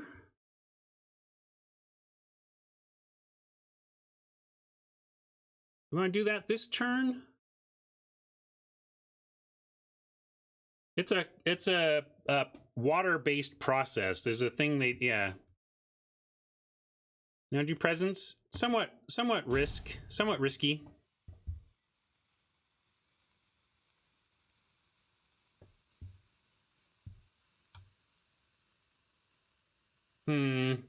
All right.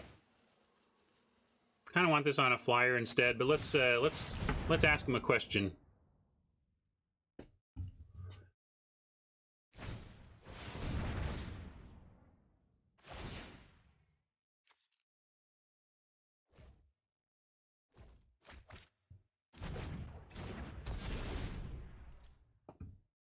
Uh-oh. Them tapping this down with a Thrill is double bad because it probably gives them a high chance at finding an answer to it as well. So we may get 2 for 1 here in the sense of having something done to our Courser that makes the Presence sad time. Well, they're looking to tap stuff down again here. Let's go to Combat even to make them use it, and then we'll see what we want to do after.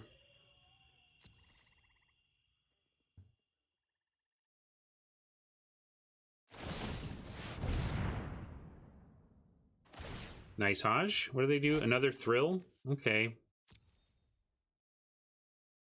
I think I'm going to go Woe Strider.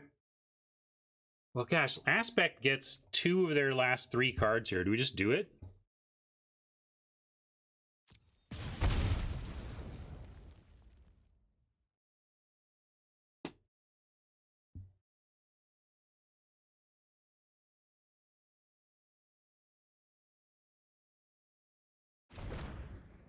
Scry to the bottom. That's good to see. Thing is, we could also go Mire's Grasp, Woe Strider, and we can't do Aspect Grasp, right? We don't have any. We have 5 mana. That's 6 total.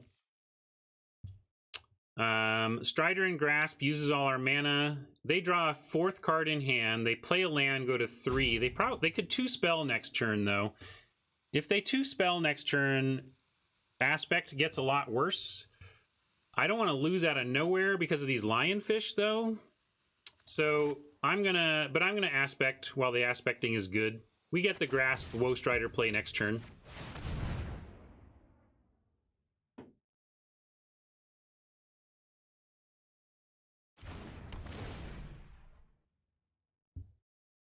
I get mana efficiency, but the chances of them 2-spelling next turn are so high, I really don't want to give them that option.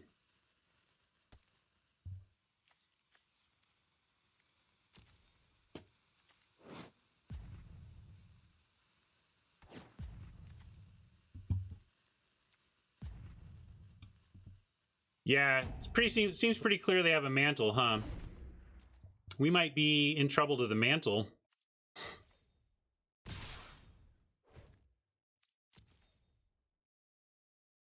They're just going to keep this Courser tapped forever now. This is the best Lionfish have ever been. And they're not doing Sleep of the Dead? Well, they're clearly going to do something to tap our stuff. We drew a useless land.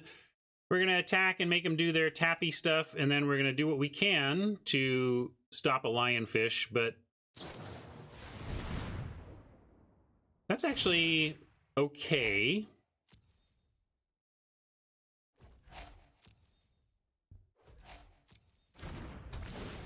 I believe this should clear the way for our turn, although maybe not. Like, why did they not do this? That's what I guess maybe they just figured they were going to tap it anyway.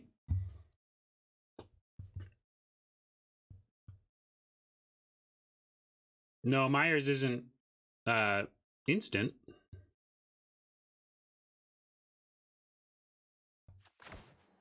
But we'll grasp the other one. And try and have a block.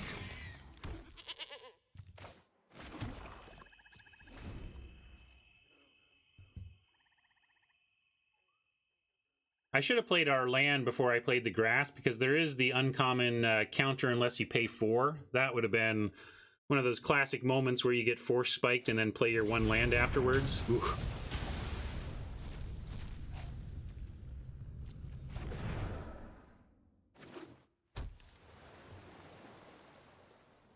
Feeling a little better about things here, though.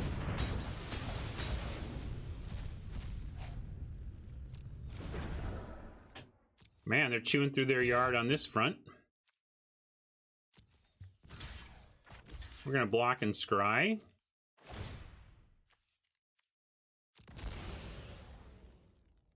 Pilgrim is great. I don't know what we have left, but it'll find something, I hope, and then be a blocker.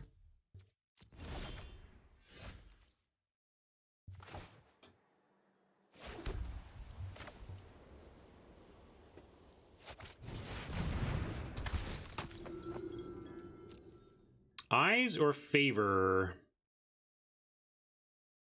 Of course, a turn ago, I think I'd rather have the favor, but we'll take eyes here.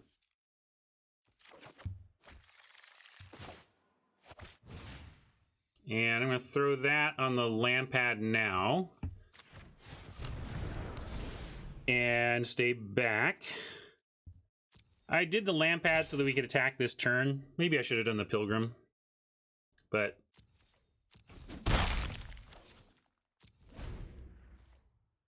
hopefully we have enough to block with... All right! I thought we had a longer game to play, but they gave it up.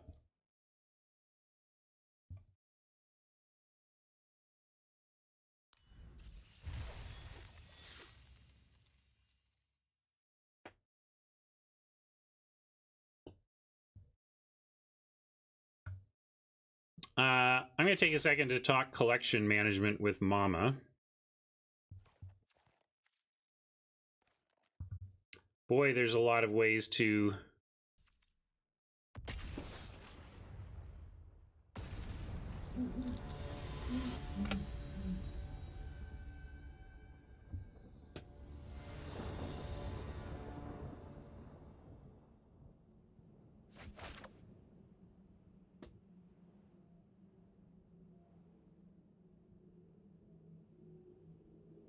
Nearly ready for prime time. Thanks for the update. Let's keep this. We've got Hero into Envoy, into Chimera on 4 at least.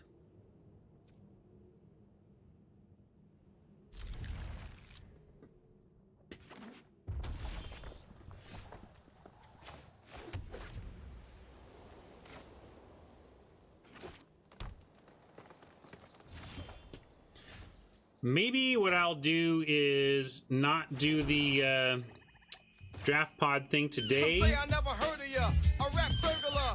Thank you, Travis. Appreciate the sub. And I'll try to get more into it this weekend so that I can be the administrator.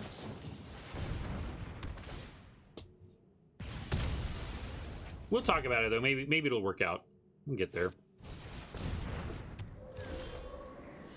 Well, unfortunately, they took out our hero. But fortunately, we'll still be able to cast the Chimera on 4 if this Envoy survives.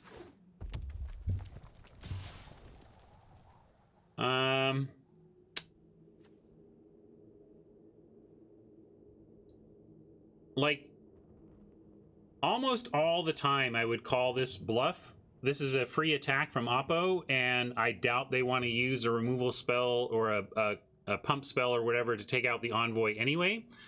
But I am so keen on getting this Chimera out next turn that I just don't want to risk it for 1 point. So we're going to take a point. Well, the plan was to maybe make this draft with Ryan thing work out, but haven't solidified that yet.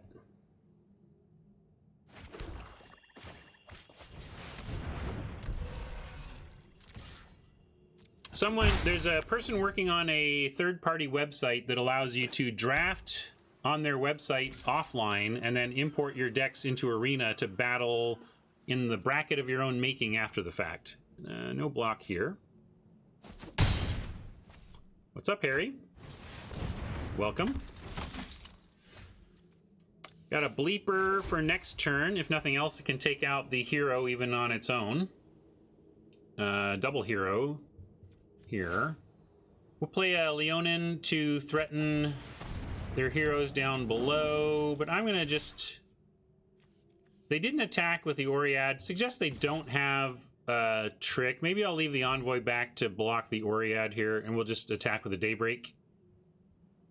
But I don't think they'll... Yeah, they might attack with the Oread, because they would trade Leonin for Oread, right?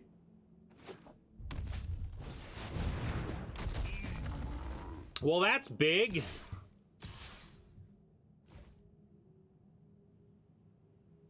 Now, I was all set to make this trade, but now I think we take it, use Bleep to kill 1, and then we have 2 3-powered creatures to deal with a 7/3. I don't want 1 removal spell to make us soft to a 7/3.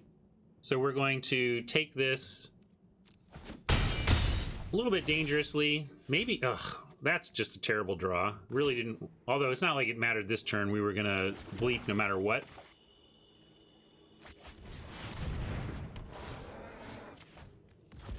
Get rid of one of those, and now the question is, do we keep sending the Chimera?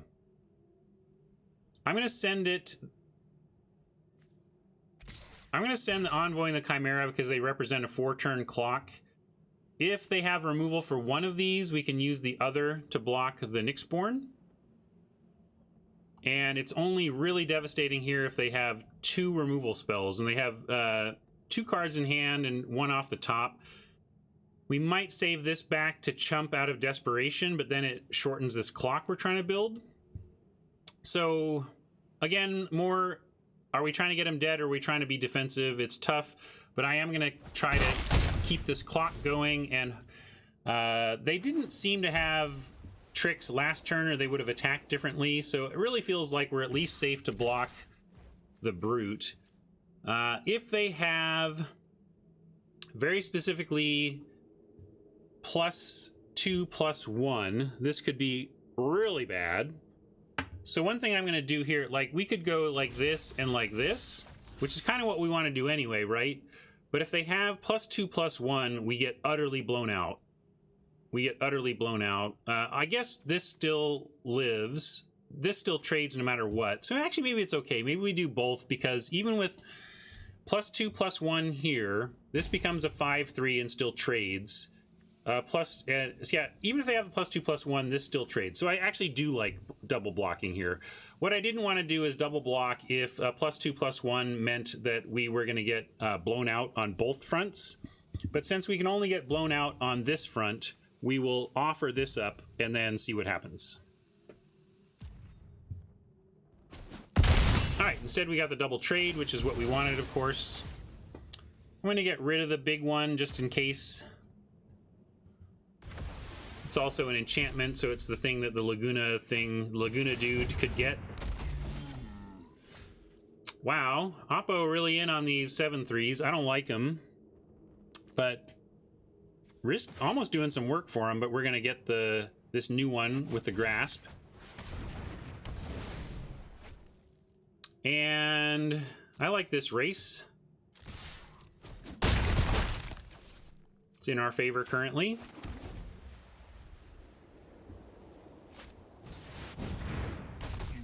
What?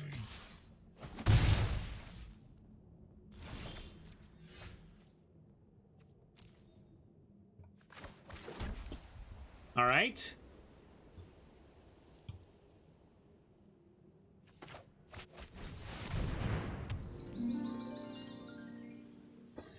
Still going to attack, though.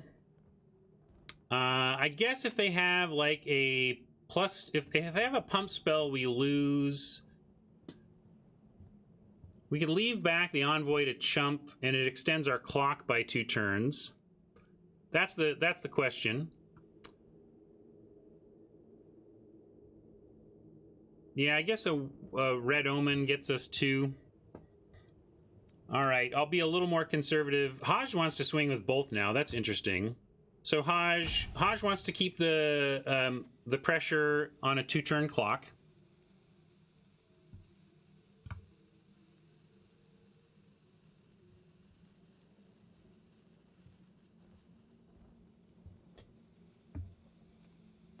Here, I'll pull this one. 20 attack.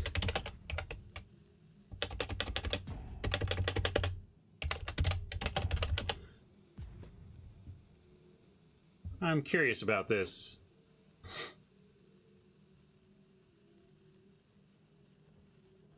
Definitely attacking with Chimera.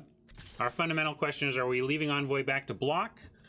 We're going to get to Lyre down the Oread. If we untap, we get to Lyre down the Brute.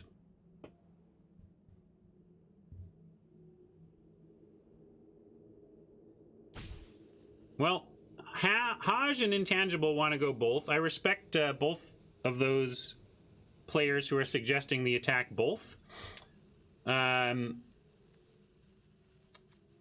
It's funny. I'm going to attack one. I'll go with what chat wants to try here. If we can just untap and live, we get to Lyre down the Brute. So we should probably be... Oh, and I'm sorry, I'm all obsessed about the Brute, and instead letting 1 point hit us. That's bad. Every point's gonna matter in this one. Sorry. Just too busy trying to talk and juggle all this stuff. But way more than 2 voted both. Was it just bad polling?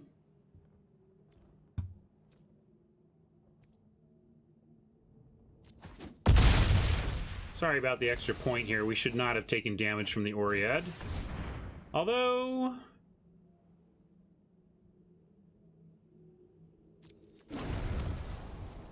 this is now interesting.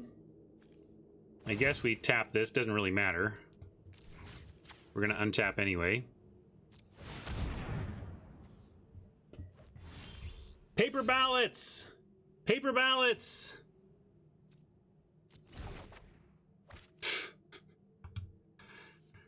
Well, it's risky, and I'm really sad about that extra point we gave up now, but I don't know what to do besides try and tap this thing down and then try and win. I go 8.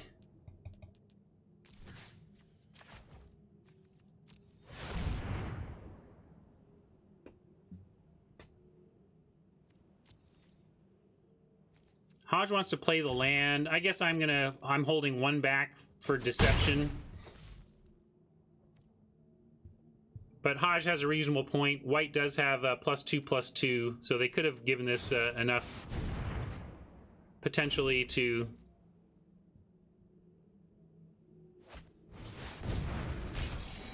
Are we dead?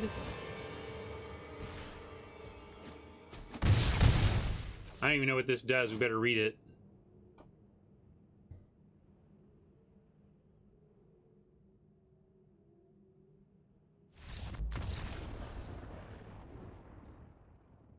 Oh, so this doesn't trigger until the next turn. So they were 1... I was like, wait, didn't that work? Ah, no. Too late, too late. But they showed it to us. Thanks for letting us know you have this god. I don't think I've ever seen Clothis in play before. That's a pretty good god.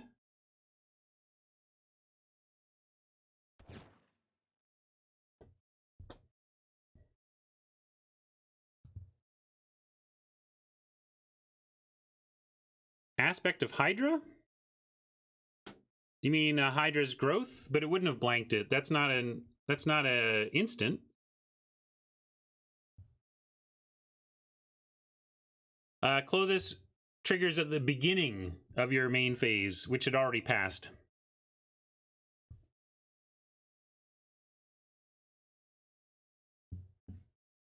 Oh, aspect. Gotcha. I'm with you, Hodge. I was confused. Aspect of Manticore. Now we're there. Got there. All right. Red-green with some kind of white splash that they're inadvisably playing an unknown shores for, probably. But pretty aggro. All those 3...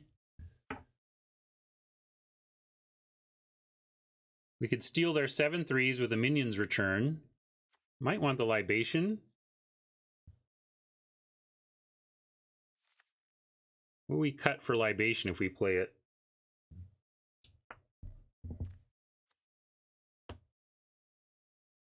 Anything for the favor? Yeah, they've got favor targets, so we keep that in, I think. We are on the draw. Probably makes aspect less good. I'm going to cut an aspect. Yeah, Glory Bearer is not a bad idea. Too late for me to bring it in, but yeah, I could have brought in bearers. I'll think about that if we go to 3.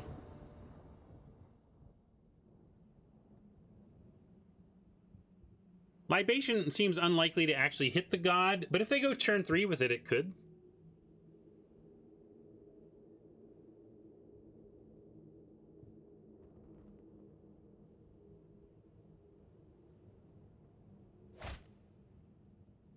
All right, favor. Maybe they'll play their hound out, and we can get that.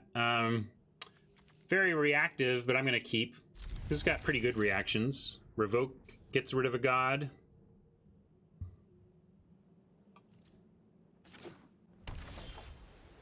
All right, hero is something to do on 2. Fantastic.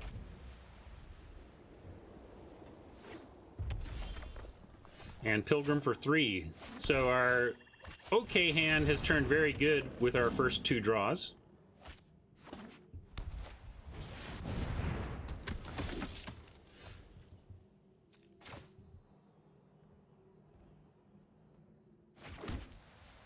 I'm just going to offer up the hero here. We'll offer our 2-mana hero for their 3-mana hero and then drop a pilgrim.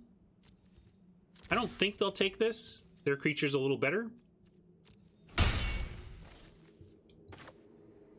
Got a lot of choices here, but I'm going to go for our removal.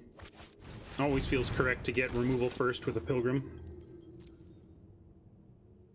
And then we have the play again of trying to find a way to go ahead and get some chumping value out of our pilgrim like against a Rage Hound, for example. Perfect.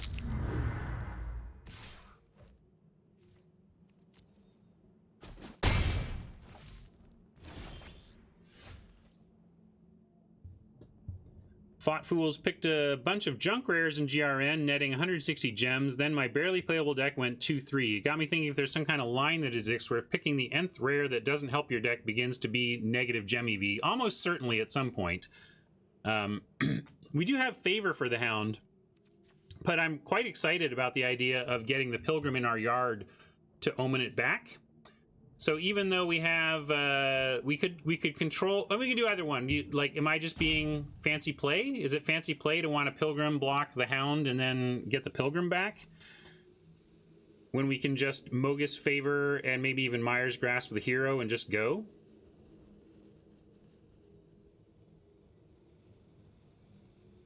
I think either one. I don't think it's fancy play. I think you could make an argument either way. Because eventually we're going to get that target anyway. So I'm thinking through this one. I know we're using up an hourglass, but I think it's a pivotal corner to turn here.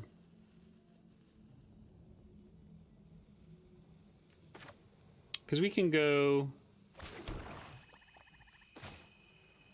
I like Lampad Grasp the hero attack. The Lampad. No, we're going to stay back, right? Because then they just block with their... Alright, I changed my mind. I'm going to do this so that we can attack this turn. Yeah, and I like saving a Grasp for the 7/3s. That's also a great point. So, I'm going to do this, and swing.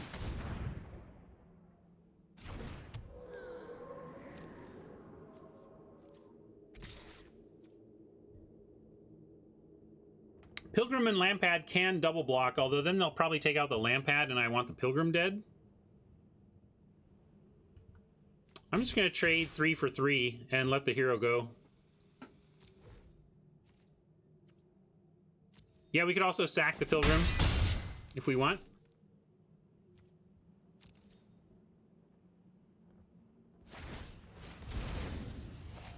But let's see what they do. I mean, we're actually winning the race right now, so we don't need to get too aggressive with our actions when the board currently favors us. Okay, so now we know we have a Grasp for that 7/3. We also have a Revoke. But I hope they attack. Yeah, that's fine. Let's race, buddy. Let's race. We could even go... sack the Pilgrim this turn to get it into the yard. Then next turn we have Grasp on 2. 3 other mana could be used for Omen and Revoke. We're not going to use Revoke. I'm just planning out possible mana uses. Okay, I'm going to say no blocks, though. Just really trying to decide if we are spending this to sack the Pilgrim. And since we don't have any big uses for all of our mana next turn, I'm not going to. If we decide we want to do it on our turn... we can. Yeah, I was just saying, I was just looking at our hand, and since we kind of want to save Revoke for the God, although the God doesn't necessarily beat us just because it exists, you know, it's not necessarily what we want to even use that on. But this is good. We get to just Grasp and Liar.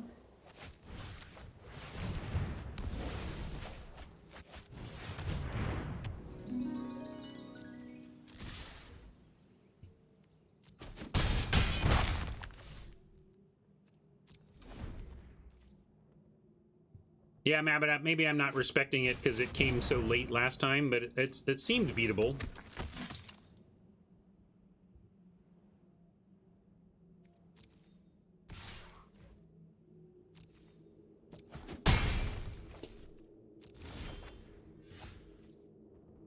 If we Liar, if we hero, we can't Liar. If we Liar, we can still Omen, though. We can still sack and Omen. So I like Liaring. For 3.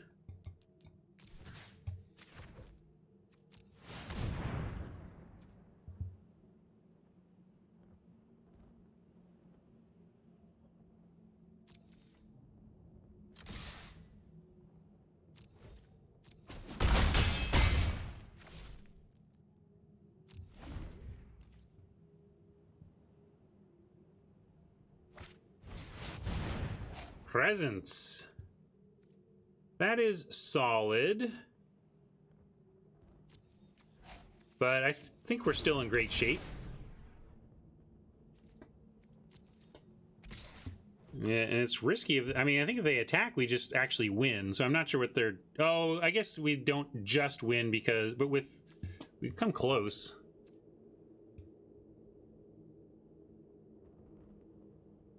Oh yeah, we Liar the Soldier. So it is lethal. Yeah, no, never mind. This is just kind of a game over play for them.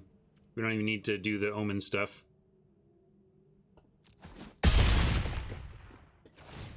We don't need to favor the hero. We just sack out with Lampad.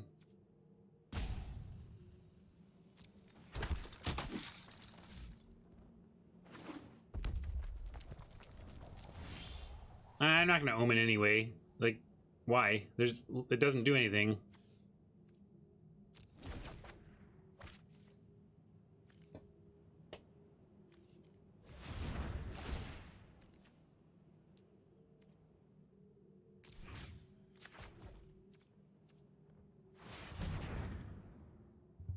We missed lethal last turn? I don't know what you mean about last... I mean, we got lethal right here. Why not 0? Because it has 1 power?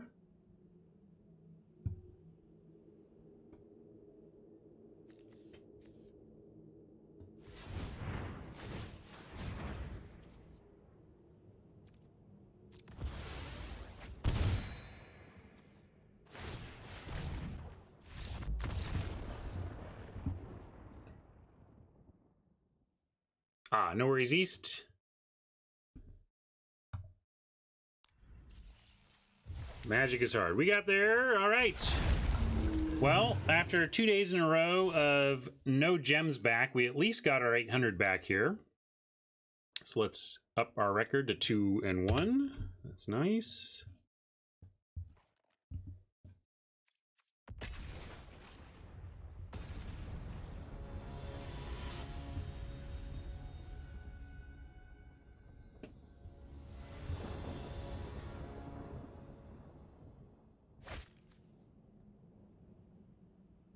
Not much oomph, but we're going to keep it and hope we draw some. Got a nice spread of our land and some early plays at least.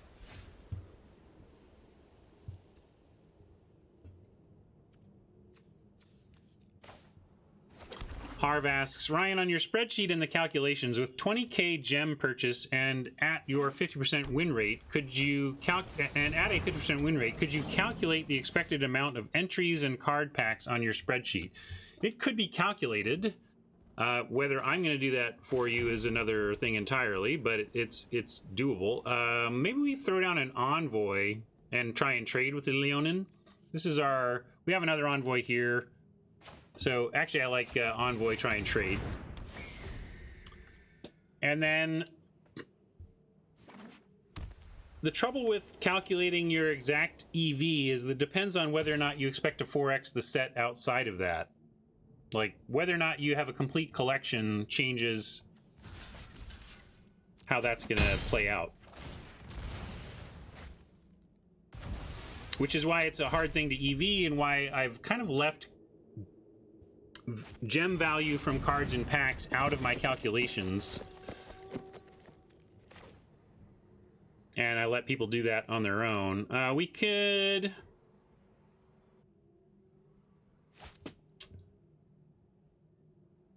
Can't really two spell here, so which one do we want? Vigil blocks the Courser. So I guess we play Vigil. Although Envoy... or Hero sets up for Chimera next turn. So let's do turn 4 Chimera and play one of our white creatures. And we'll play the Hero. Neither of these can block the Courser, so we'll play the one that can attack a little better. In case it comes to that next turn.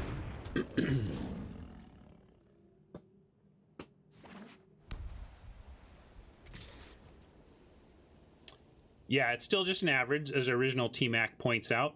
Some bad luck can drain you of resources that, on average, should have gotten you more play.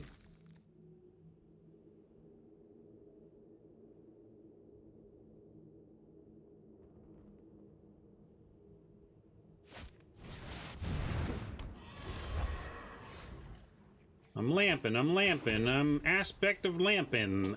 We are... If we don't do this now, they might 2-spell... No, they probably have 2 left next turn. Let's go Chimera and try to lamprey it next turn. Hopefully they go land 1 spell here. If they go land 2 spells, then our aspect is significantly worse. But I think the benefit of getting that aspect onto our 3/3 flyer over a 2/2 ground dude is so much better. And also, do it now and attack. I mean, it just becomes a 2/2 lifelink attacking into a 2/3. So I'm not gonna... We're gonna take a little bit of a risk. It is possible they go land 2 spells, and we're a little bit sad. But even then, we get their last card. It pumps? It doesn't pump.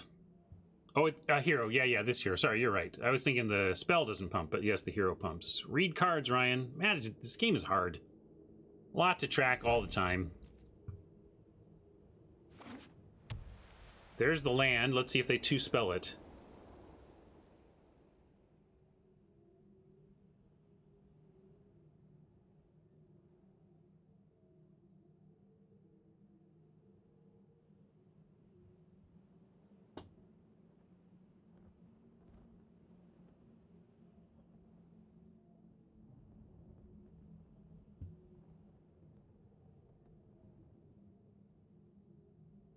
Maybe this is a 2-color deck that's missing a color. That's certainly happened to me at 5 lands before, but seeming more likely that they are at very least heavy white with either a splash or some other color. They are not sending the Pegasus, and they are sending the Courser. This suggests that it is in fact a free attack, like that we could block here and it would be fine. However, it would be quite saucy of them if they had, say, +2/+2 and sent this attack to really sell it as a as an offer, because we could also double block to try and kill it. But Chimera with the aspect is so important to us here that we're going to just take it. And hopefully they only do 1 other spell here. What we'd like is exactly 1 mediocre spell. That's the dream. Play the 3/6 ground dude. That would be my dream right now. Not quite dreamy, but we do get their last 2 cards, and we do have a lifelink attack at the very least. We can go Envoy and actually get Envoy and Aspect on the same attack here, same turn. Trouble is, with the 3/3, they could block and kill it. So actually, I guess we play this and we don't attack. I'm going to play Envoy, Aspect, and then hold. And then next turn we have a Grasp to make the attack not a trade. But I don't want to put the Aspect on hero. Does that make sense? Like, I get that we could offer that. We could do that, but I still don't even like what the result there is. So I'm just going to Aspect our Chimera. We'll get their last 2 cards and plan for the next turn. Not bad.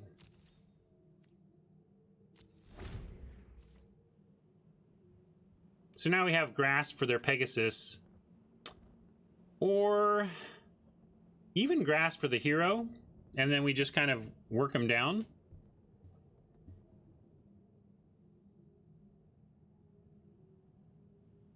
Where do you want to put this Grasp next turn? That's what I want to hear from chat right now. Assuming nothing changes here, do you like kill the Pegasus and just start bouncing the Chimera into a 1/4? Or do you like make this a -2/1 that that'll lets us attack and kill stuff? Or that happens and answers the question for us. I'm going to just take this. They're going to get a ground dude. And we're going to try and... We're at least going to make this small. All right. All right. All right. All right. All right. Huh.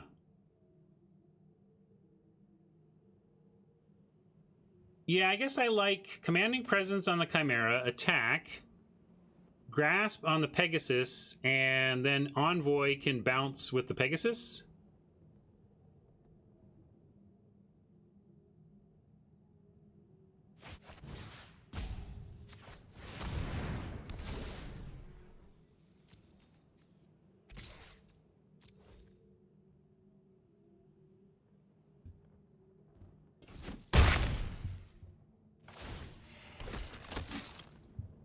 Yeah, presence on Envoy was another option, but I like the line I said. We're going to try and keep this thing small.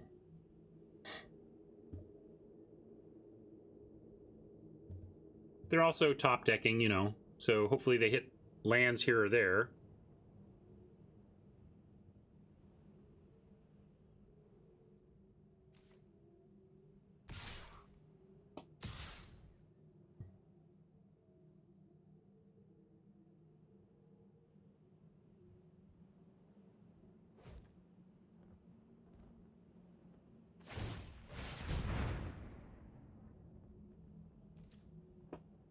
Good on Oppo for activating that after the fact. There are some people in the world who, when they realize they should have activated this pre-combat, would just not activate it so they wouldn't be embarrassed, but better to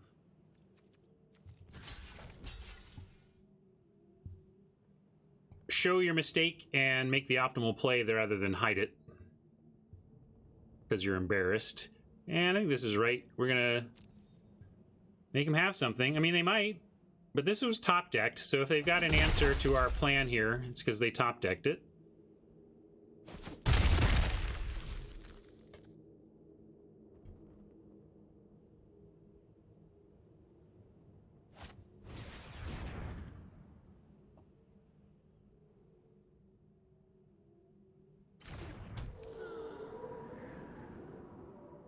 I have emotes turned off, so I can't.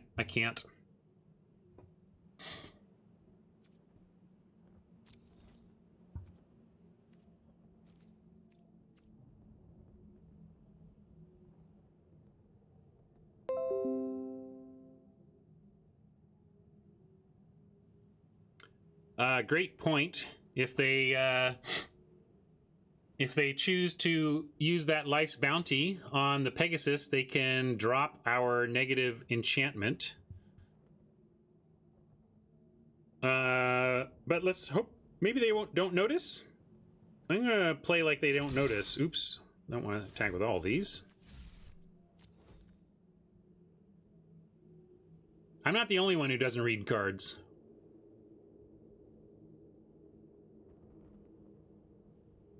In fact, reading cards slightly more than my opponents is one of my big advantages in this game. Yeah.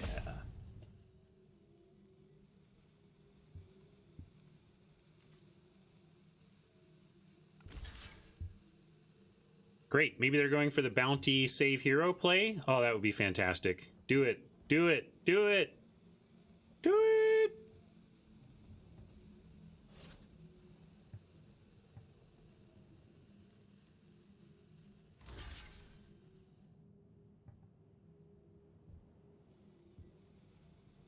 All right, Oppo punt. That we will take gladly.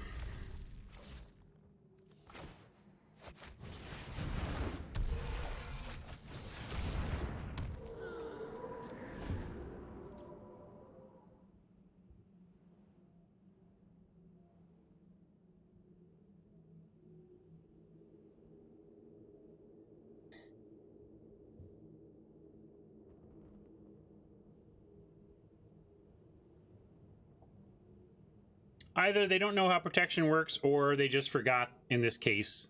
I mean, Oppo's play is absolutely within my range, and I know how protection works. Yeah, we could start lamp adding tokens. What else are they doing? I like that.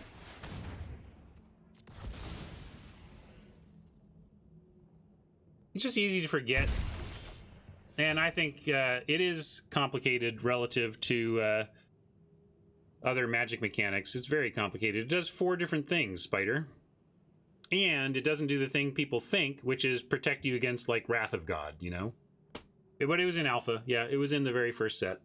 White Knight, Black Knight both had protection. And the Circles of Protection were in Alpha. Sorry, Oppo. I'm looking over here. All right, so we're going...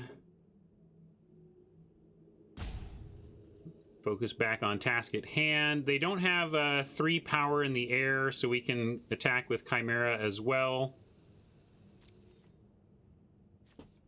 No need to hero first. Both Chimeras is what I mean. We have some hero targeting, but I don't think 1 turn worth of pump from a hero. I mean, it's the same amount of damage. Like, if we find something and get it, then we get... I guess it's a little extra damage.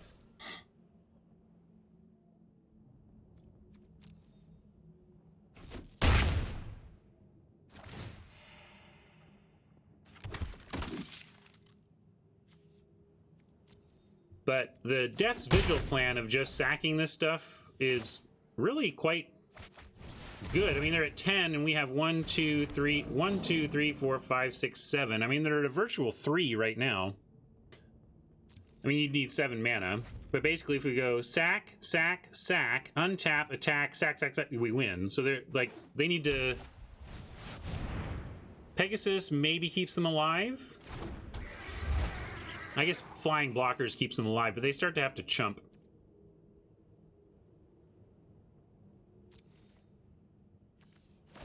Definitely doing the soldier. Although now we have 2 heroes, that's another thing. You know, we could potentially... We don't have, like, any way to double trigger heroes, though. We gotta pick one or the other.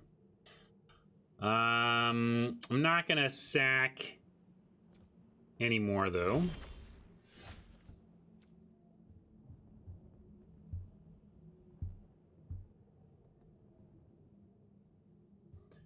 Now can we swing out? They have to basically put something on Chimera, like the big thing. They put this here, chump here, eat here, and eat here, chump here, and we only get like an extra 1 through. So I guess swinging out doesn't actually look good.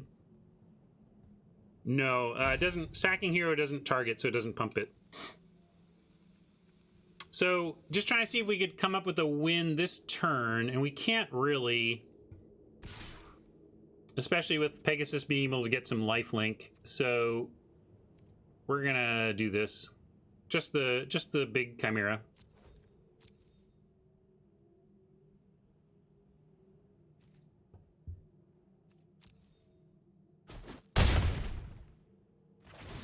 Well, that's weird, Oppo. I guess we're going to show him how Alseid works.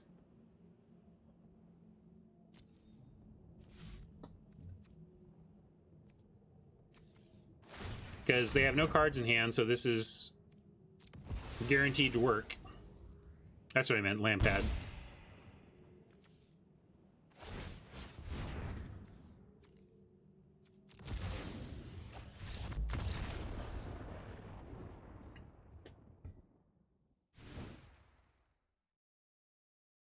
Does look like mono white.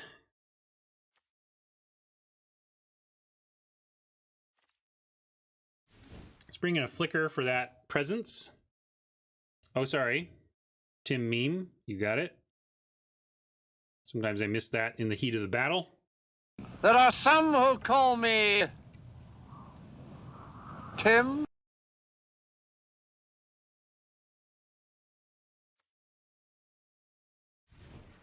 Flyers. Is this another libation? Not really. They're making tokens. I don't want to bring libation. They're bringing some enchantment creatures, so we could just get an enchantment creature. Still don't know if it's actually worth a card. Bringing in the flicker. Gonna cut. What are we cutting? We had 1 envoy, although they're pretty up in the air. I mean, you can just describe it.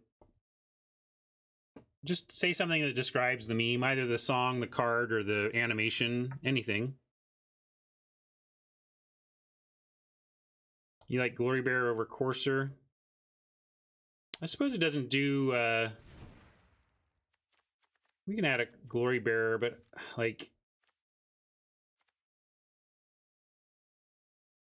It might be an upgrade here. The devotion doesn't really matter for the chimeras. Still looking for a cut for this. Oh, we were gonna. We're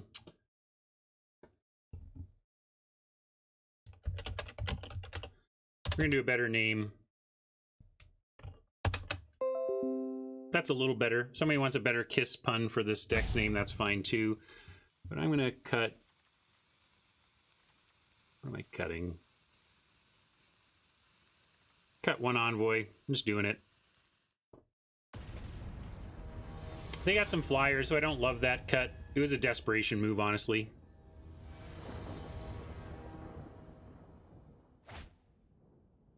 Yeah, we're not keeping this.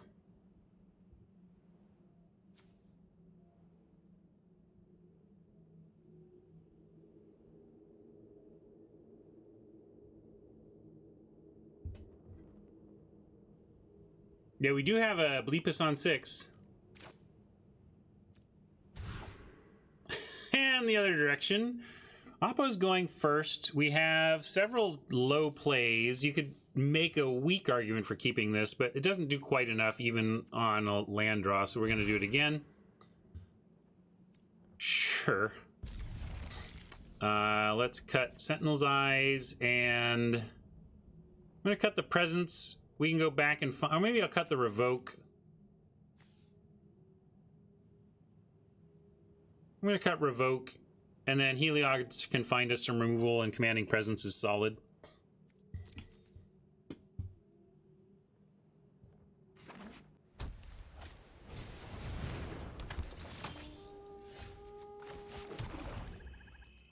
It definitely doesn't, Jikerman.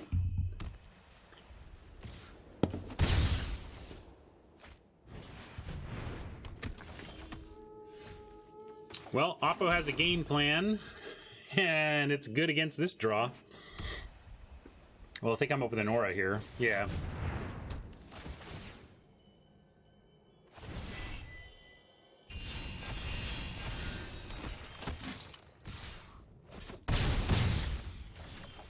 Huh, you shouldn't be able to redeem that. Mama already redeemed for sleeves. I thought I had that on 1. Now I gotta go check my channel points.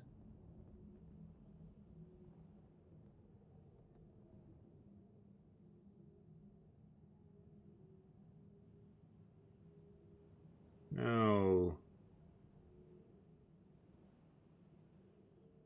Oh, sorry. The redemption was off. So apologize for that that use there, Palov. I didn't mean to steal your resources. I didn't realize I hadn't turned on restriction there.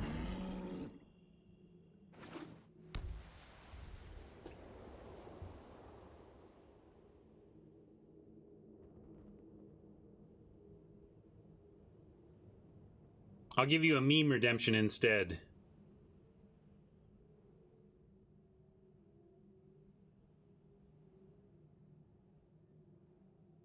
Here.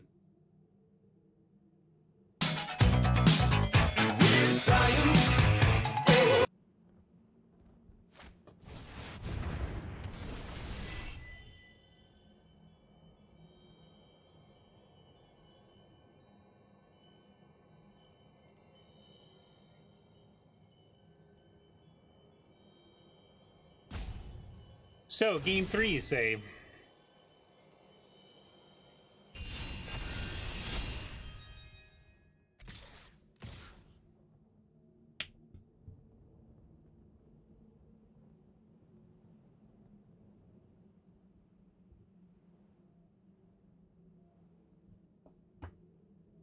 We can go land, aspect, get their last 2 cards, and try to recover from there.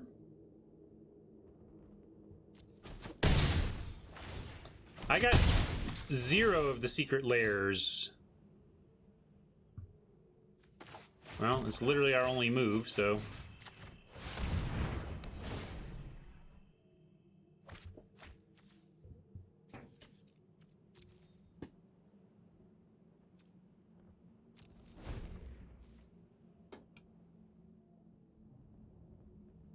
Oh, the sleeves? Somebody donated this to me. If anybody else wants to donate secret lair sleeve codes to me, I don't even know how that works. Somebody just gave me a code and it worked. But if anybody else wants to give me codes, I'm in. Super sad, but we're going to say no blocks here. Eventually, they just start to win by going wide enough, but we got to take one more plunk here and hope we can find the tools to survive next turn. Basically a plains or a very good black card. All right, there's a plains. And we get Pilgrim and the -3/-3. So this is a great... The Plains was just in time to have us have some play against this situation.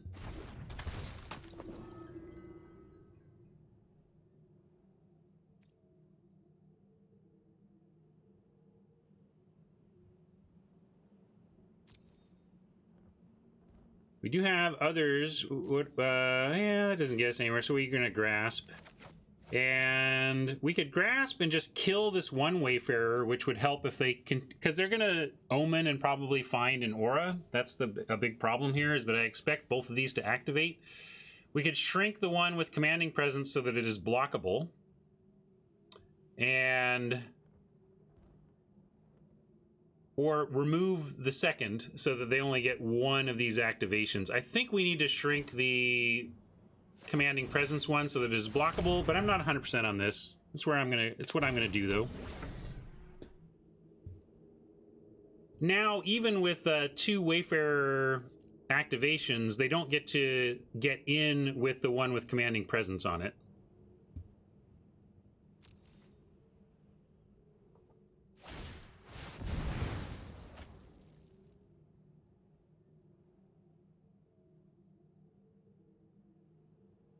Bottom, please, one time, dealer.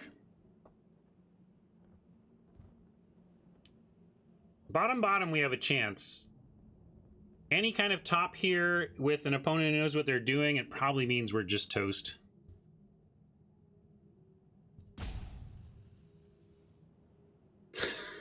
Top. Let's see how good Oppo is. Top, Oppo. You should just slam the door on this if you're going top.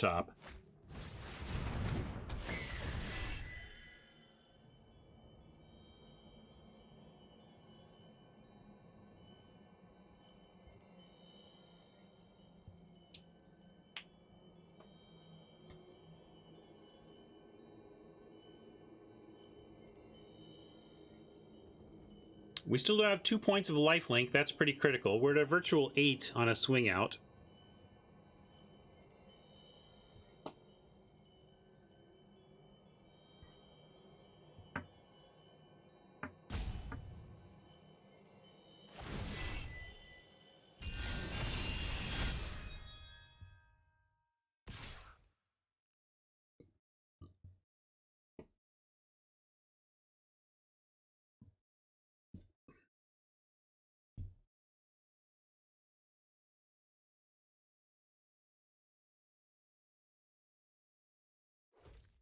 Question is what to do here given our really light life total.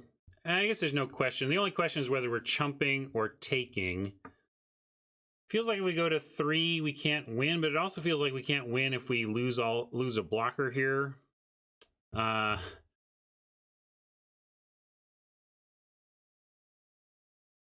not playing around tricks. Like, we're at the point where we presume this is a dead card, or what are we even doing? And the trouble is they also kept this one on top. It just makes me feel like we have no hope here. You want to chump with lifelink? What does that get us long term? How do we win from there? We chump with lifelink, we go to 8. We have that 8 next turn anyway. I'm gonna do this. I'm gonna chump, but not with that dude. Here, wrong color card. Now I think we're probably just dead. This gets in for free and easy. Yeah, Presence on Soul Reaper also does something. That says we're at a virtual 10. First strike, they can't swing out, or we are at a virtual 10. Yeah, that's our only hope. I don't like it with the top, but it is our only hope. Presence and attack says East. Seems bold to attack, but maybe I was supposed to attack. Guarantees the 10 and starts putting some pressure on them, but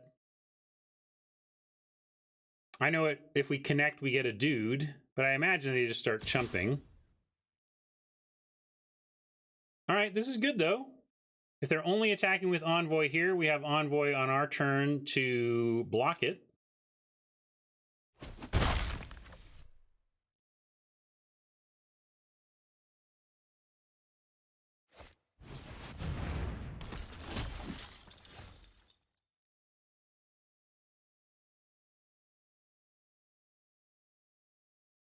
Well, with that Plains, we now get 2 back as well.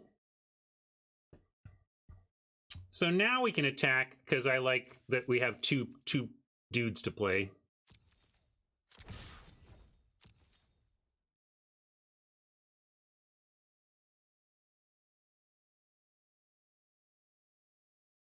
Your friend here is only mostly dead.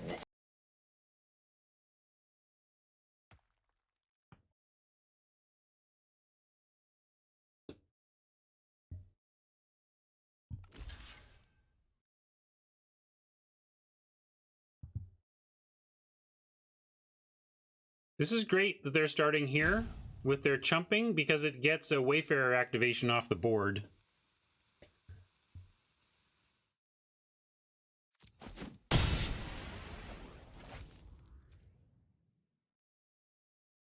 No, not with the first strike. Tough to kill these first striking presence wielders.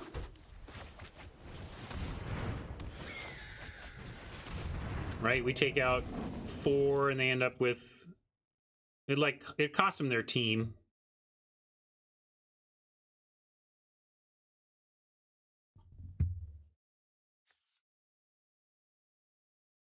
And some of it was tapped, right? So I just don't think they had it. Ouch, not gonna lie. That requires us to find something off the top ourselves. And looks like that was maybe their other keep. Leonin, you say. Okay, so they come up with presence on favored. I guess we're just gonna do some chumping.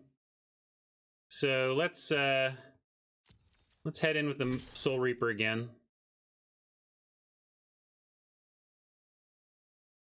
Now they might have blocks to kill it, but I would like to see that.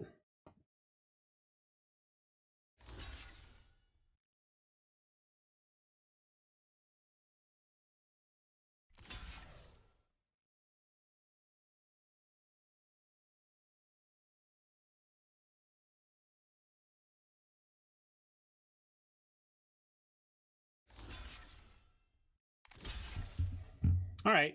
They are going for the takedown here, which means we get to kill some stuff.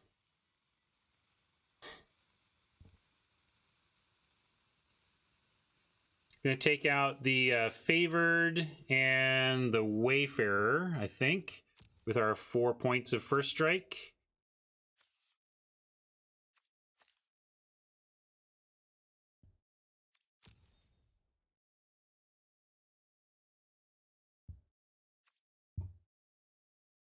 Yeah, let's put a... And then we do get to self-sack, right? Yep, we're going to first strike away. You like this? Because we can also take out 2 soldiers. But we are going to be at a pretty healthy life total after this. And getting rid of the Wayfarer means that the Envoy can block the Envoy, although not after this. This is still our big problem. But I think I like this.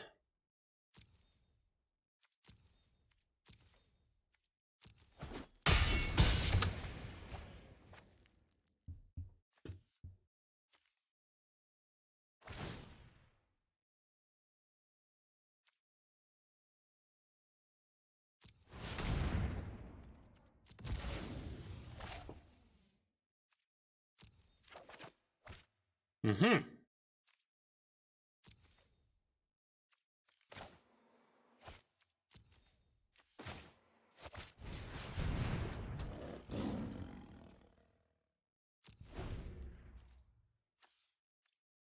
Soul Reaper, Pilgrim. Does Pilgrim get us anything useful? Well, we'll figure it out.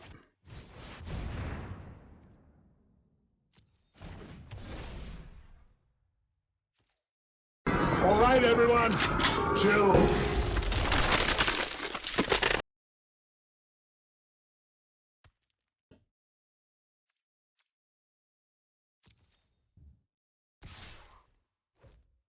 Now what? Do we chump? How are we winning this? How are we winning? We getting Soul Reaper or Heliod's back? Heliod gets... Pilgrim gets Sentinel's Eyes. And that's it. So if we get the Pilgrim back, it's because we want to get Sentinel's Eyes. Sentinel's Eyes on the Envoy doesn't create a successful blocker. So do we chump now?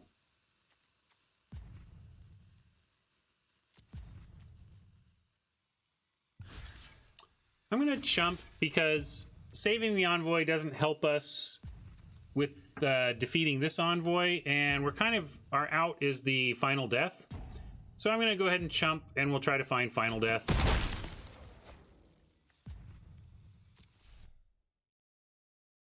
Find Final Death, we could still be in this.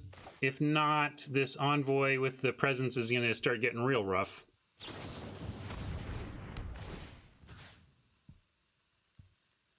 I guess we take a Soul Reaper. Because then if we... I mean, Eyes doesn't really do anything is the problem. We can get Pilgrim, but the Eyes just don't do much. Whereas Soul Reaper can draw us cards. I'm going to take the Soul Reaper. Soul Reaper can at least get us a card.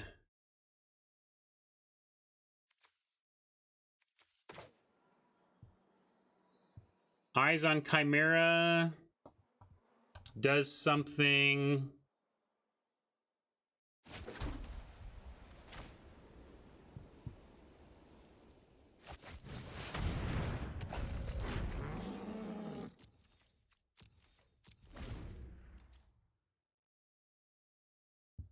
Not sure if we're gonna be scrying on upkeep, but I'll put the stop just in case.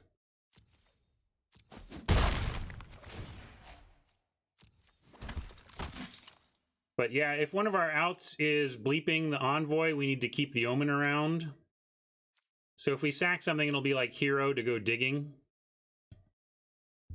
Well, we're not to their EOT yet. And also because we might want to sack a creature. We just don't know how the turn's going to play out, Fluffy.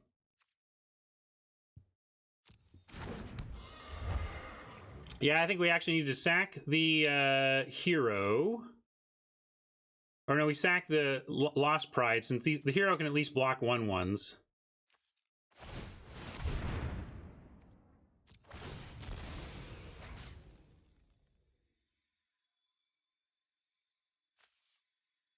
Get rid of the Omen just because they're showing Storyteller. Oop. Oh, deck. So, again, if we scry, Bleepus isn't an out, and we need Bleepus to be an out, so we're going to cross our fingers. Wah, wah. That probably does us in, but we put up a good fight this game. We were supposed to be dead like 12 turns ago, so even though we didn't get there, I'm happy with how he played. I guess I'll wait in case. Let's make him actually try and kill us.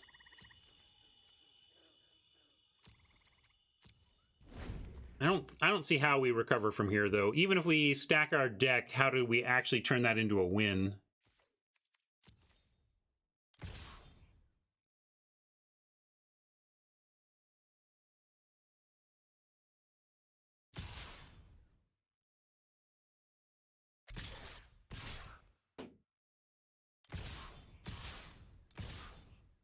I don't know why they're not sending the Storyteller. That just seems wrong.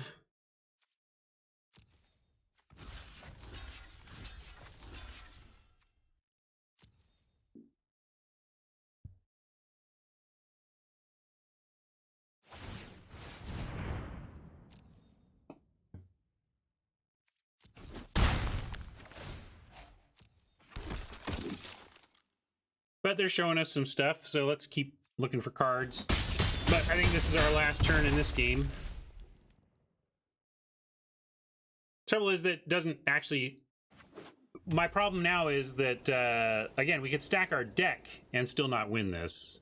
So I'm not bothering to do anything because nothing matters. I'm not going to show him anything. I'm not going to do anything. I'm going to scoop.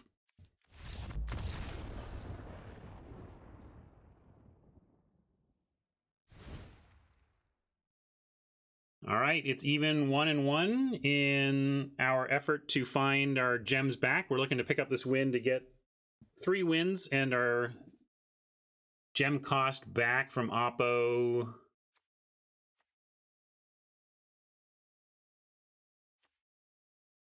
I think I want the envoy back, and I'm gonna, like, I'd rather cut the bearers.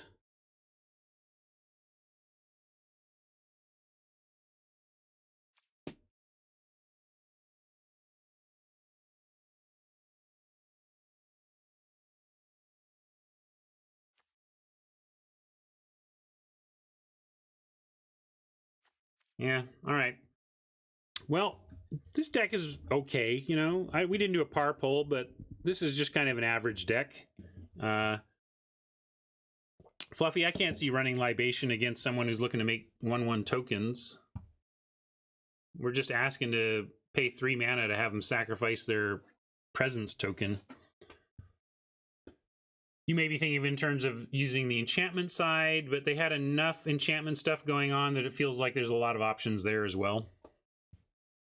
Yeah, I get it, but if you choose enchantments... So basically you're saying you're bringing it in to name enchantment, and it doesn't feel even strong in that mode. Like, not awful, but just not strong enough to bring in. What would you take out for it?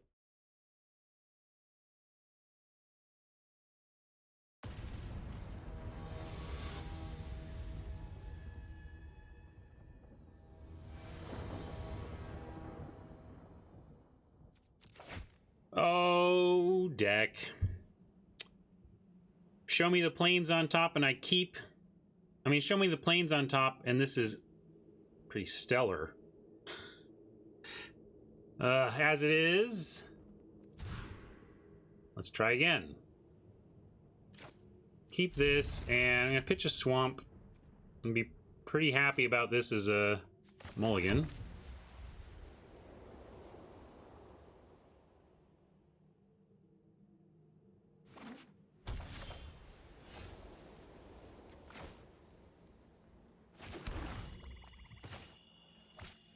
Funny.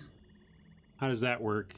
You adding hearts to existing emotes? I didn't know that was a thing. Liar. Interesting. We're going to go Strider here, though.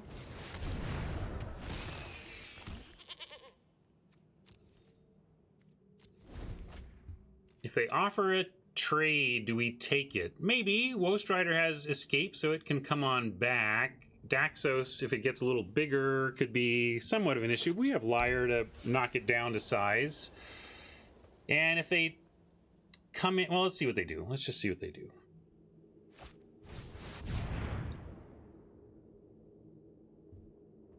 Chimera.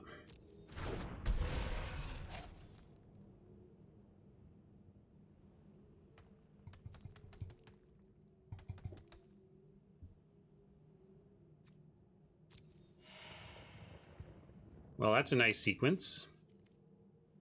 MBN, etc. Come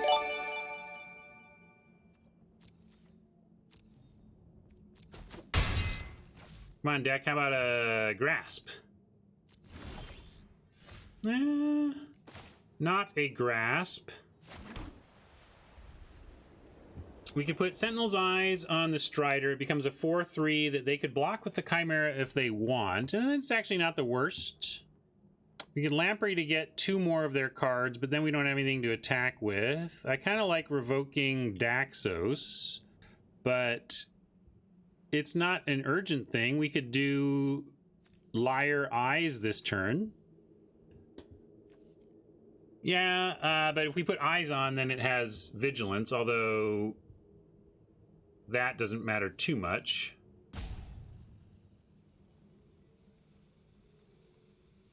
I'm going to offer Woe Strider for Chimera because I don't think they'll take it. And we're not going to block Daxos with Woe Strider either. And then we'll go with the Liar for now.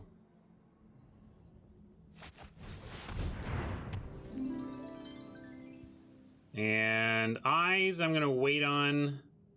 I mean, I could throw it down now just to use our mana. I don't know if that makes sense, though. No, I'll do it. I'm gonna go Eyes because the reason we were happy if they were gonna take the trade, we didn't want to sweeten the deal with a free Sentinel's Eyes as well. But now they didn't take the trade as we thought. We put this here, and then next turn we can actually tap down the Chimera, and if we find a land, even revoke Daxos. And then that uses all our mana and makes Aspect better if we decide to do that instead. So I'm gonna go ahead and do it. It's also got Escape, so if it falls off, it's not the end of the world. We'll get it back eventually.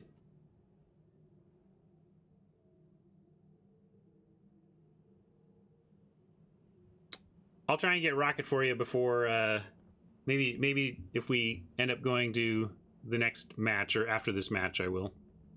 See about that doggy. You can call him. Sometimes he comes down.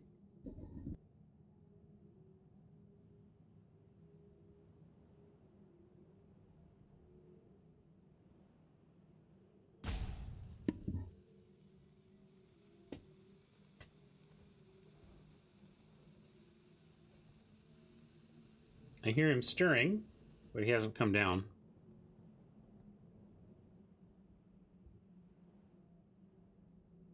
Oh, sorry, it's on me. Apologies. It's this Liar that threw me off. I saw it tapped out and figured it was all on Oppo.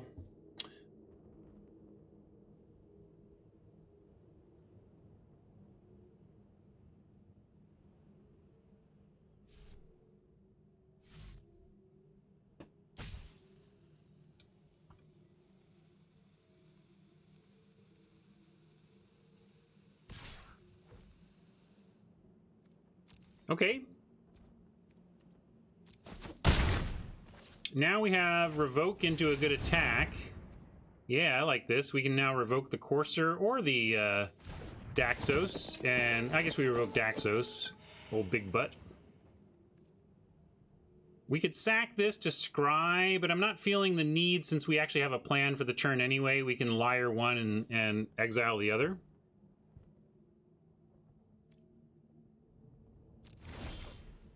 Oh, we got the Grasp anyway, so double good times. We get to revoke Daxos.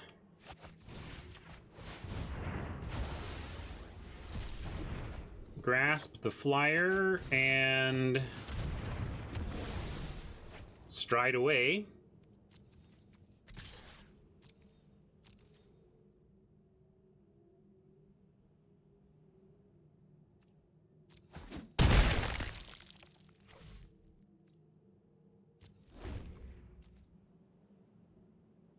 Liar gets to tap down Courser no matter what. Oppo looks stuck on... Or maybe they're not.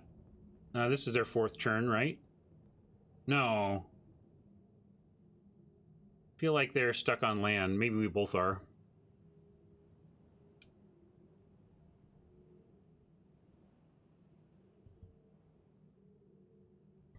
Yeah, we both missed, so that made me think neither of us had.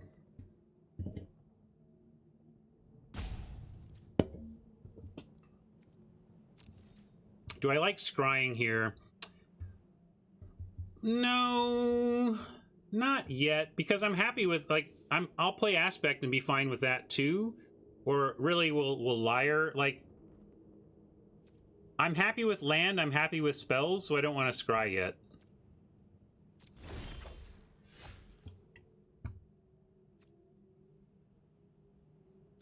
And I'm not going to bother Liaring as long as they are stuck. This could, you know, they might have some trick or something eventually to punish us for attacking, or like this. But this dude is, both of these things have escape. They're stuck on lands. This is all still fine. Although we can go, sorry, I don't even need to go full control. I can just tap this down now.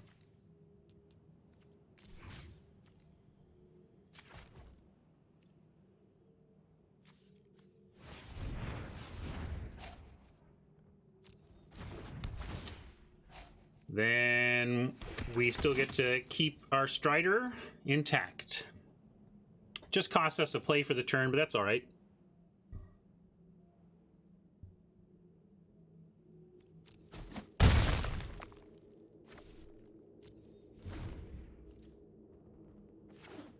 It's probably a big turn for them to get that 4th land. Let's see what they have for that. A lot could come from that.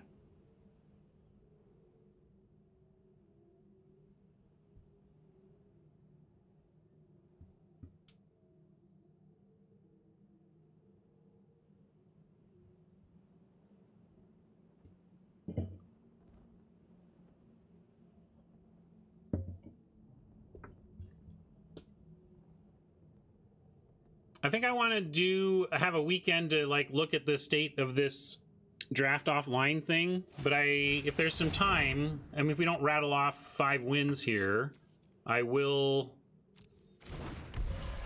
do some viewer challenge.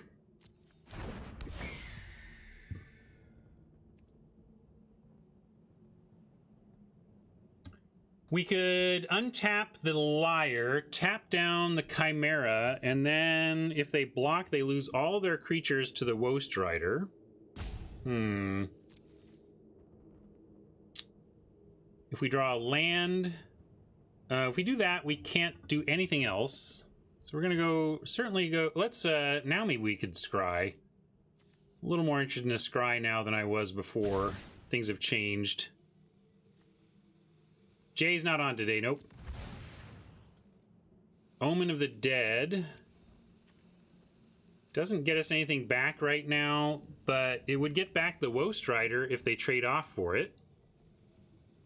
I think we put it on the bottom, though, and just look for a little more land here.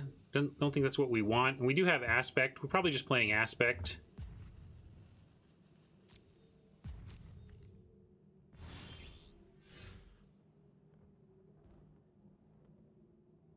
And to that end, I'm going to decline untapping.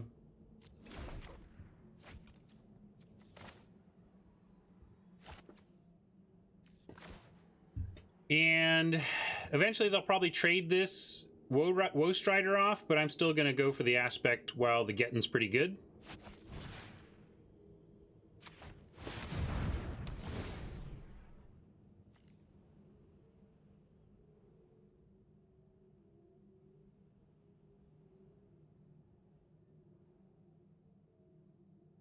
Tim knows I think my hottest take of cinema in the last couple years is that I enjoyed Solo just fine. I mean, it was a silly movie.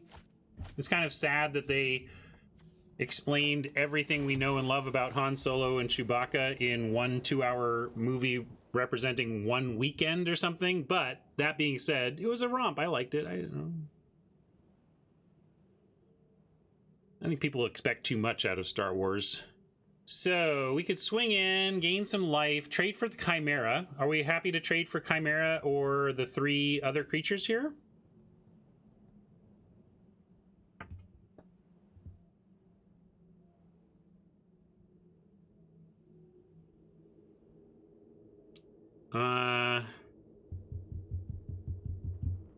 If we don't, what are we doing? Like, if we don't attack and offer this trade, what are we doing? We have good blocks for the ground this way. I'm not gonna attack here. And the reason why is because depending on what they do next turn, we may have a turn where we untap the Liar, tap something else down, and get a really good clean attack in with a 4/3 lifelinker. So yeah, if they're gonna start sending the Chimera, we can really start racing on the ground. Even if they play another creature here, I don't think it's going to be great for them. Oh, maybe it's another Omen. Doesn't this feel like another Omen to you? Well, I'm going to take the action so that we have options. We've already used the Mire's Grasp, right? So we can't get that back. We can get a commanding presence, though. Let's go Pilgrim, Presence, and hold the Lyre. We're going to go all in on this Woe Strider, basically, and get the Presence.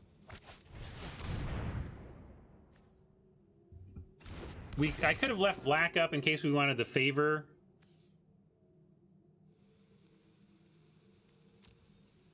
But I'm going to stick with the Presence plan.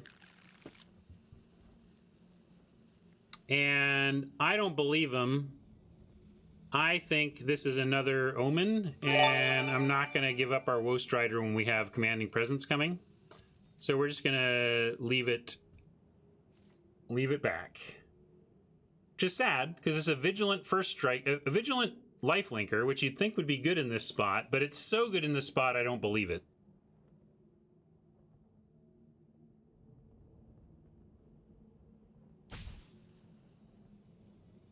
I wouldn't give it YP. I don't know what YP means.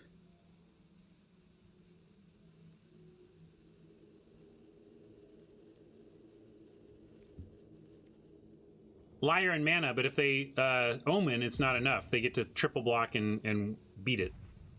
So I'm not going to do it.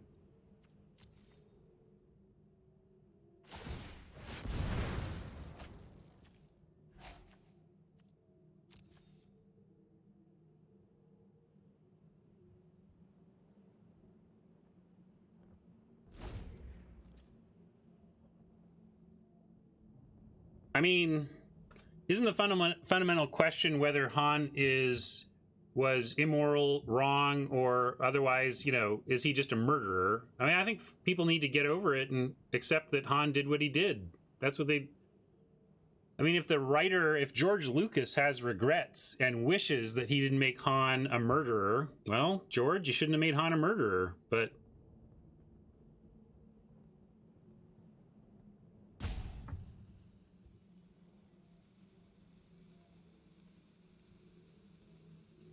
You can't pretend he didn't pull out his gun and shoot him. It's exactly what happened. I certainly remember that movie.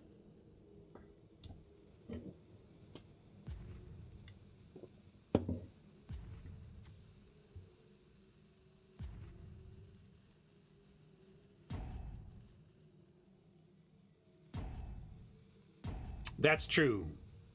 The presumption is that Greedo is dead. Maybe Han shot him with the stun setting.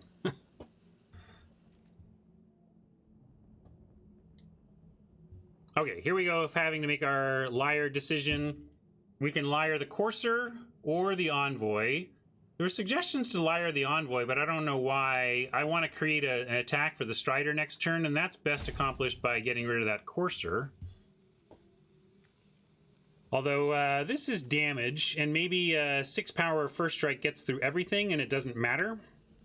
So maybe that's what tapping the Envoy would be about, saving a little life. Yeah, we're only at 1 hourglass, so I need to make a decision here. I'm going to go with whoever suggested the Envoy, because our 6 power First Strike on Woe Strider is going to work or it's not. But if it works, we will want to save life total rather than just tap down the biggest thing we can. And we can also untap the Lyre and do it again anyway, but we want to cast the Presence, so... We're going to decline that. Final Death. At instant speed. Kind of makes me want to just send in with the Woe Strider and leave Final Death up. But I'm going to use Final Death as our backup plan if this Presence play doesn't work. Timnos wants to do it. I'm just going to go with the original play. We shouldn't die, and I don't think there's much at instant speed. Like, although they have something. I think it's... See, again, I think they had the White Omen. I think it was White Omen. And if they White Omen and block with everything, we have 6 power First Strike, and we use it on... this and 3 other things, and then they can't kill us, right? They can't kill it. Okay, so it's still safe. If it's White Omen, we can attack and still survive.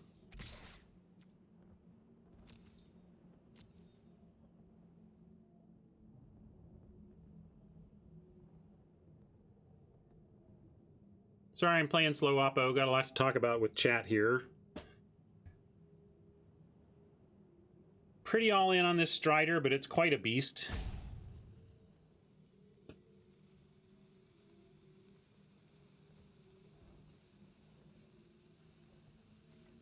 Harv, come on. We learned about Greedo's death a long time ago in a galaxy far, far away in 1977.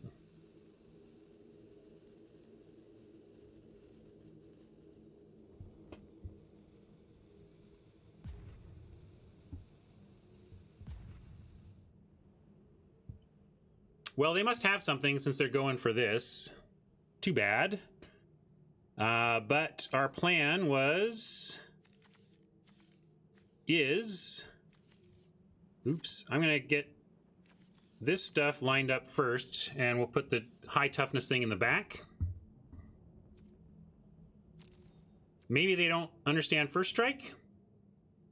That's another thing, is people miss that it gives first strike. But we'll find out. What do you got, Oppo? I mean, they got something. They keep pausing, and they've got nothing, no activated abilities out here. So something up here is playable for Oppo.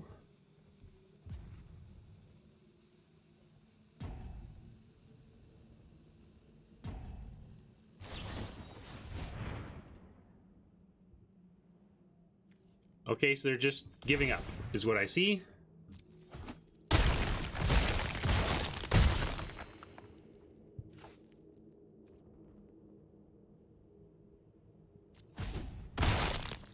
What red ribbon are we talking about?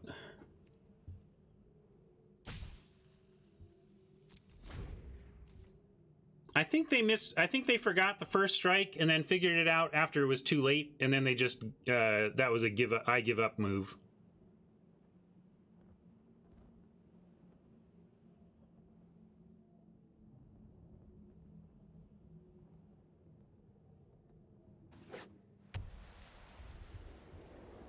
Alucardio, have you been playing best of 3? For one thing, you face more weaker opponents in best of 3 because if you're a high-ranked player, you're not match-made at all on rank.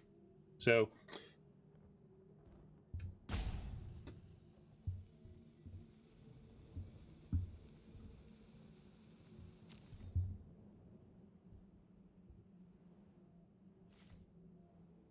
maybe? Who knows?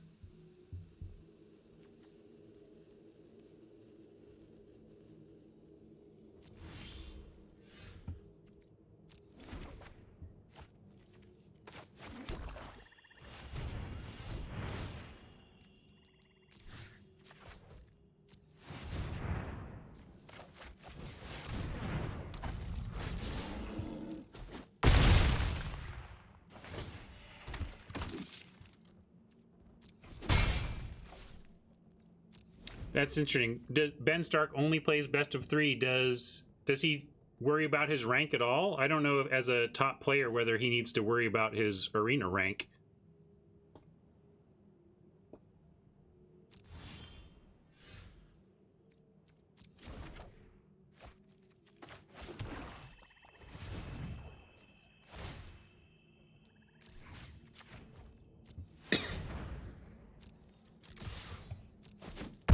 All right.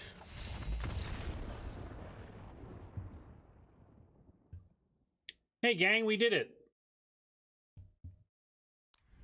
Between the nominal gem grind we got at the beginning of this event and the 3 wins to get 1,500 gems back, we officially have profit. So we can bring out Dave Chappelle.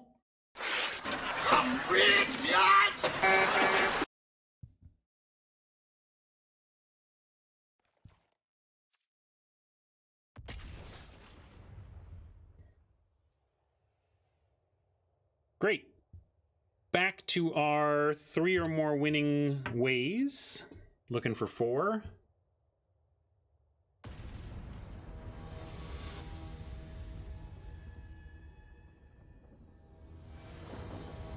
That's not Dave Chappelle saying that line? Sounds a lot like Dave Chappelle, but I thought that was his line.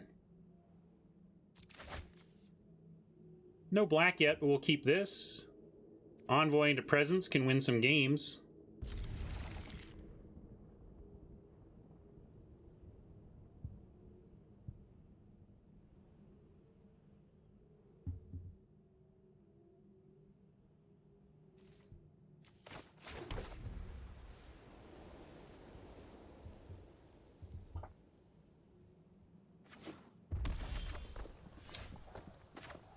The mountain makes it risky to try envoy into presence, but if it works and they don't have the 4 damage to be able to take out the envoy, we just kind of win. So I'm gonna go for it. Current plan is to go all in on presence unless they just leave red omen possibility, in which case we'll just go with the courser. All right, by doing that, they've made it clear. The path is clear for us to envoy. Presence the envoy, so we're going to go for this combo.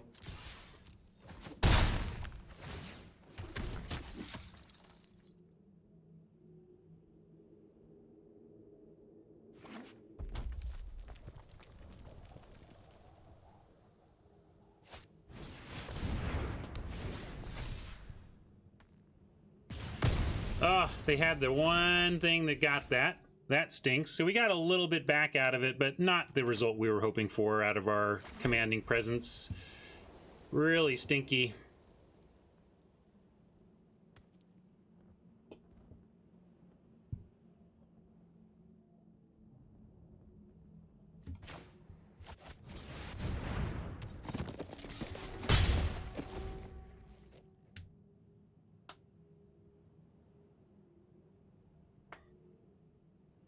Boy, now we have to work to win this? I just wanted to play Envoy into Presence and not have to think anymore. It's late in my stream. Alucardio, we were up against Red, and most of Red's removal does not get 4 toughness done. They had the one common Red thing that could have gotten that job done there, and granted it was common, so maybe we could have played around it. The other thing they could have done is sack the Caryatid to deal 5 to that spell that sacks, but if they wanted a 2 for 2, that's decent. So the only thing that really punishes us was the Blessing, and unfortunately Oppo had it. What are you going to do? And now we're going to get punished by a Giant, which is significant beats, but we'll drop down a hero, and maybe we can double block our way through this.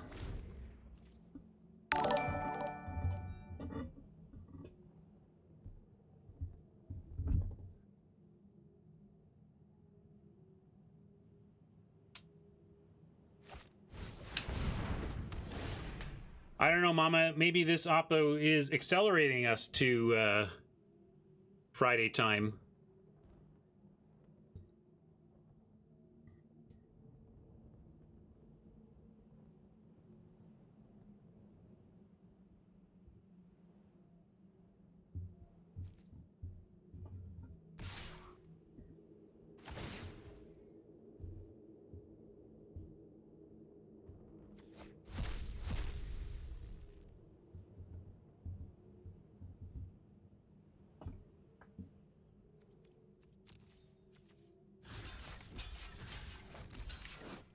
Not much else to do besides try and make this trade, huh?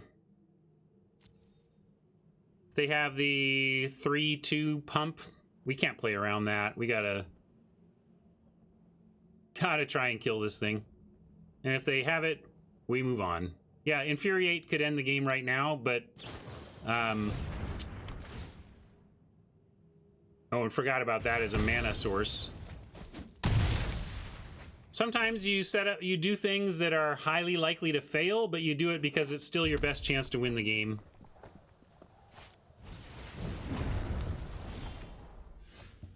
Well, let's just quit before they find out what our other color is.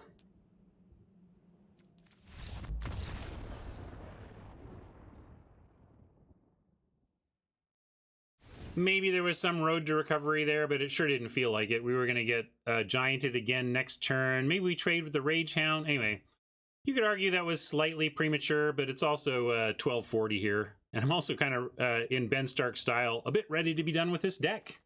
Kind of done with this deck. Oh, and it didn't save the name between matches. That's funny.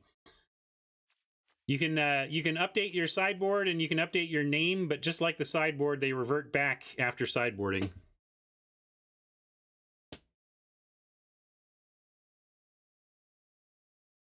Anyway, red, green. Well, I guess we could bring in a Sentry. Sentry is pretty good against red, green. Coursers are, I would like to keep the Courser in for that reason. Even take a Soul Reaper out.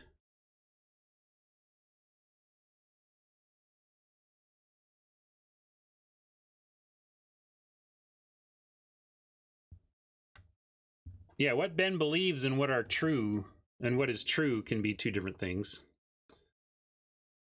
Any other changes? I don't think so. Ship this. We've brought in some flicker here and there. I don't know, we've got... I don't know how much they're doing enchantment-wise. Like, we don't care. Like, the red enchantment they had is already done its job once it's landed, so we don't care about flickering.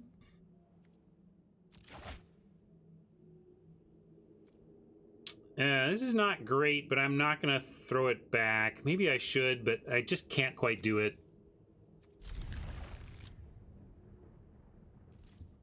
We need some help, though.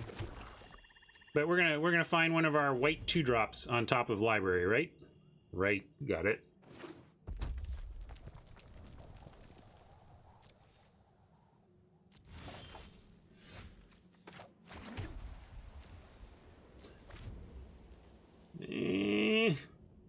Need to find some help.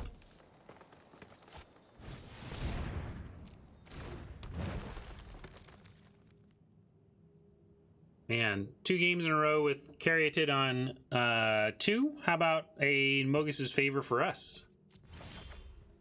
How about another uncastable creature? All right.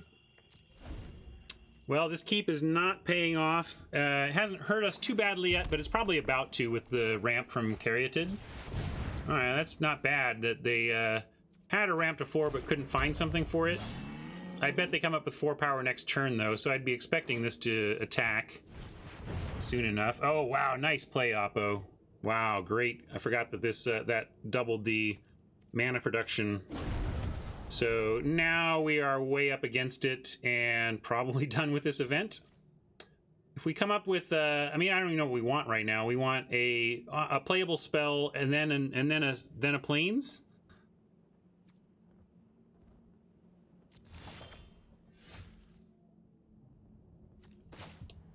Sure, that's really funny, deck. We kept it, though. We kept it. Now we might have to Omen and Scry, pay 4 mana to Scry 2, just to have any chance here. If we don't find a plains off the top, we can't win this game. And if we do, I don't know if we can win this game. That makes it rougher indeed. But we'll do this. Oh yeah, no salt here. Unfortunate this didn't work out the way we wanted in this keep. Anybody mulliganing that? I don't know, and it looks pretty bad. It looks rough now, but oh well. Okay, plains into final death is basically what we needed to see.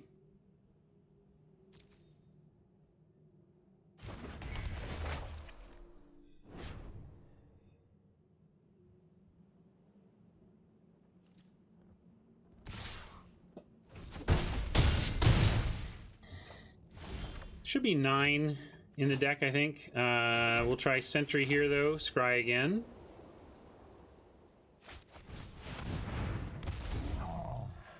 Got to keep the final death.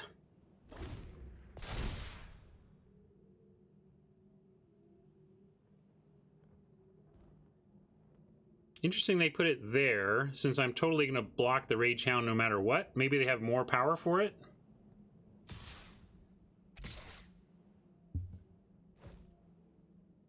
But again, not playing around much. Not playing around much. If they have something to finish off the rumbling sentry, well, we're not playing around anything.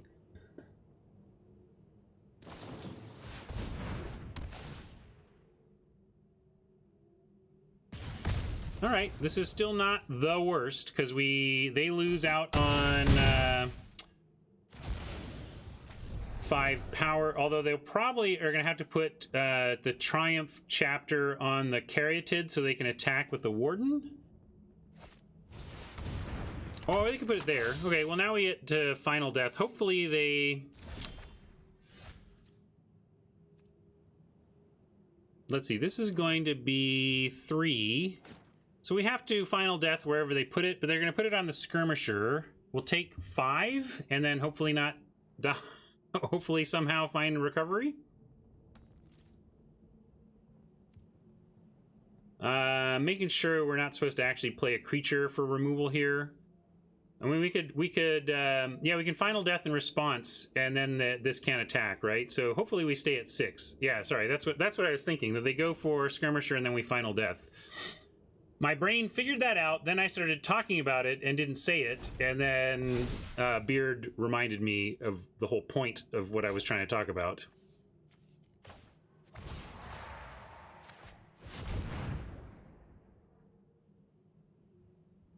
Yeah, I should have just waited till we got to combat, because then if they play something even better than that, we could... Like, let's say they play, like, another Warden. We would have rather Final Death the other Warden instead of the Skirmisher, but it looks like we did it.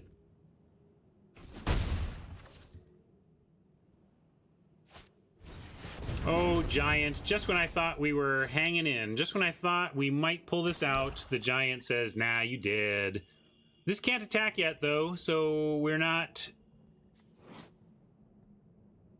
We have to play something that they can't fight successfully, which is tough, because everything has enough toughness that the Warden can kill it, and then Giant attacking us with the trigger wins the game.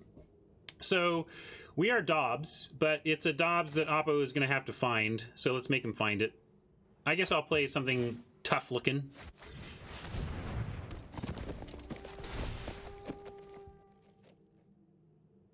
But not hard to find when Triumph is forced on you like this. So I think we're dead. I'm just happy we got our gems back, though. After a couple days in a row of failing to recover any gems from our efforts, it's nice to get some of it back and profit. You know, we got...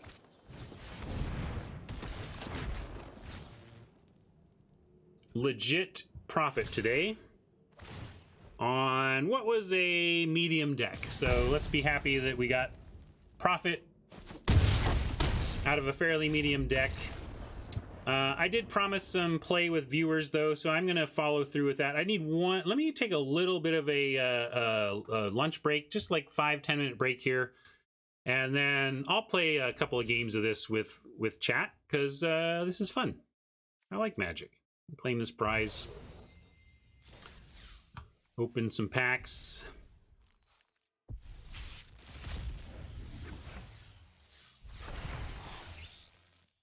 The nerdiest thing I can think of is not just playing Magic the Gathering, but watching somebody else play Magic the Gathering. Clearly, that's the nerdiest possible thing.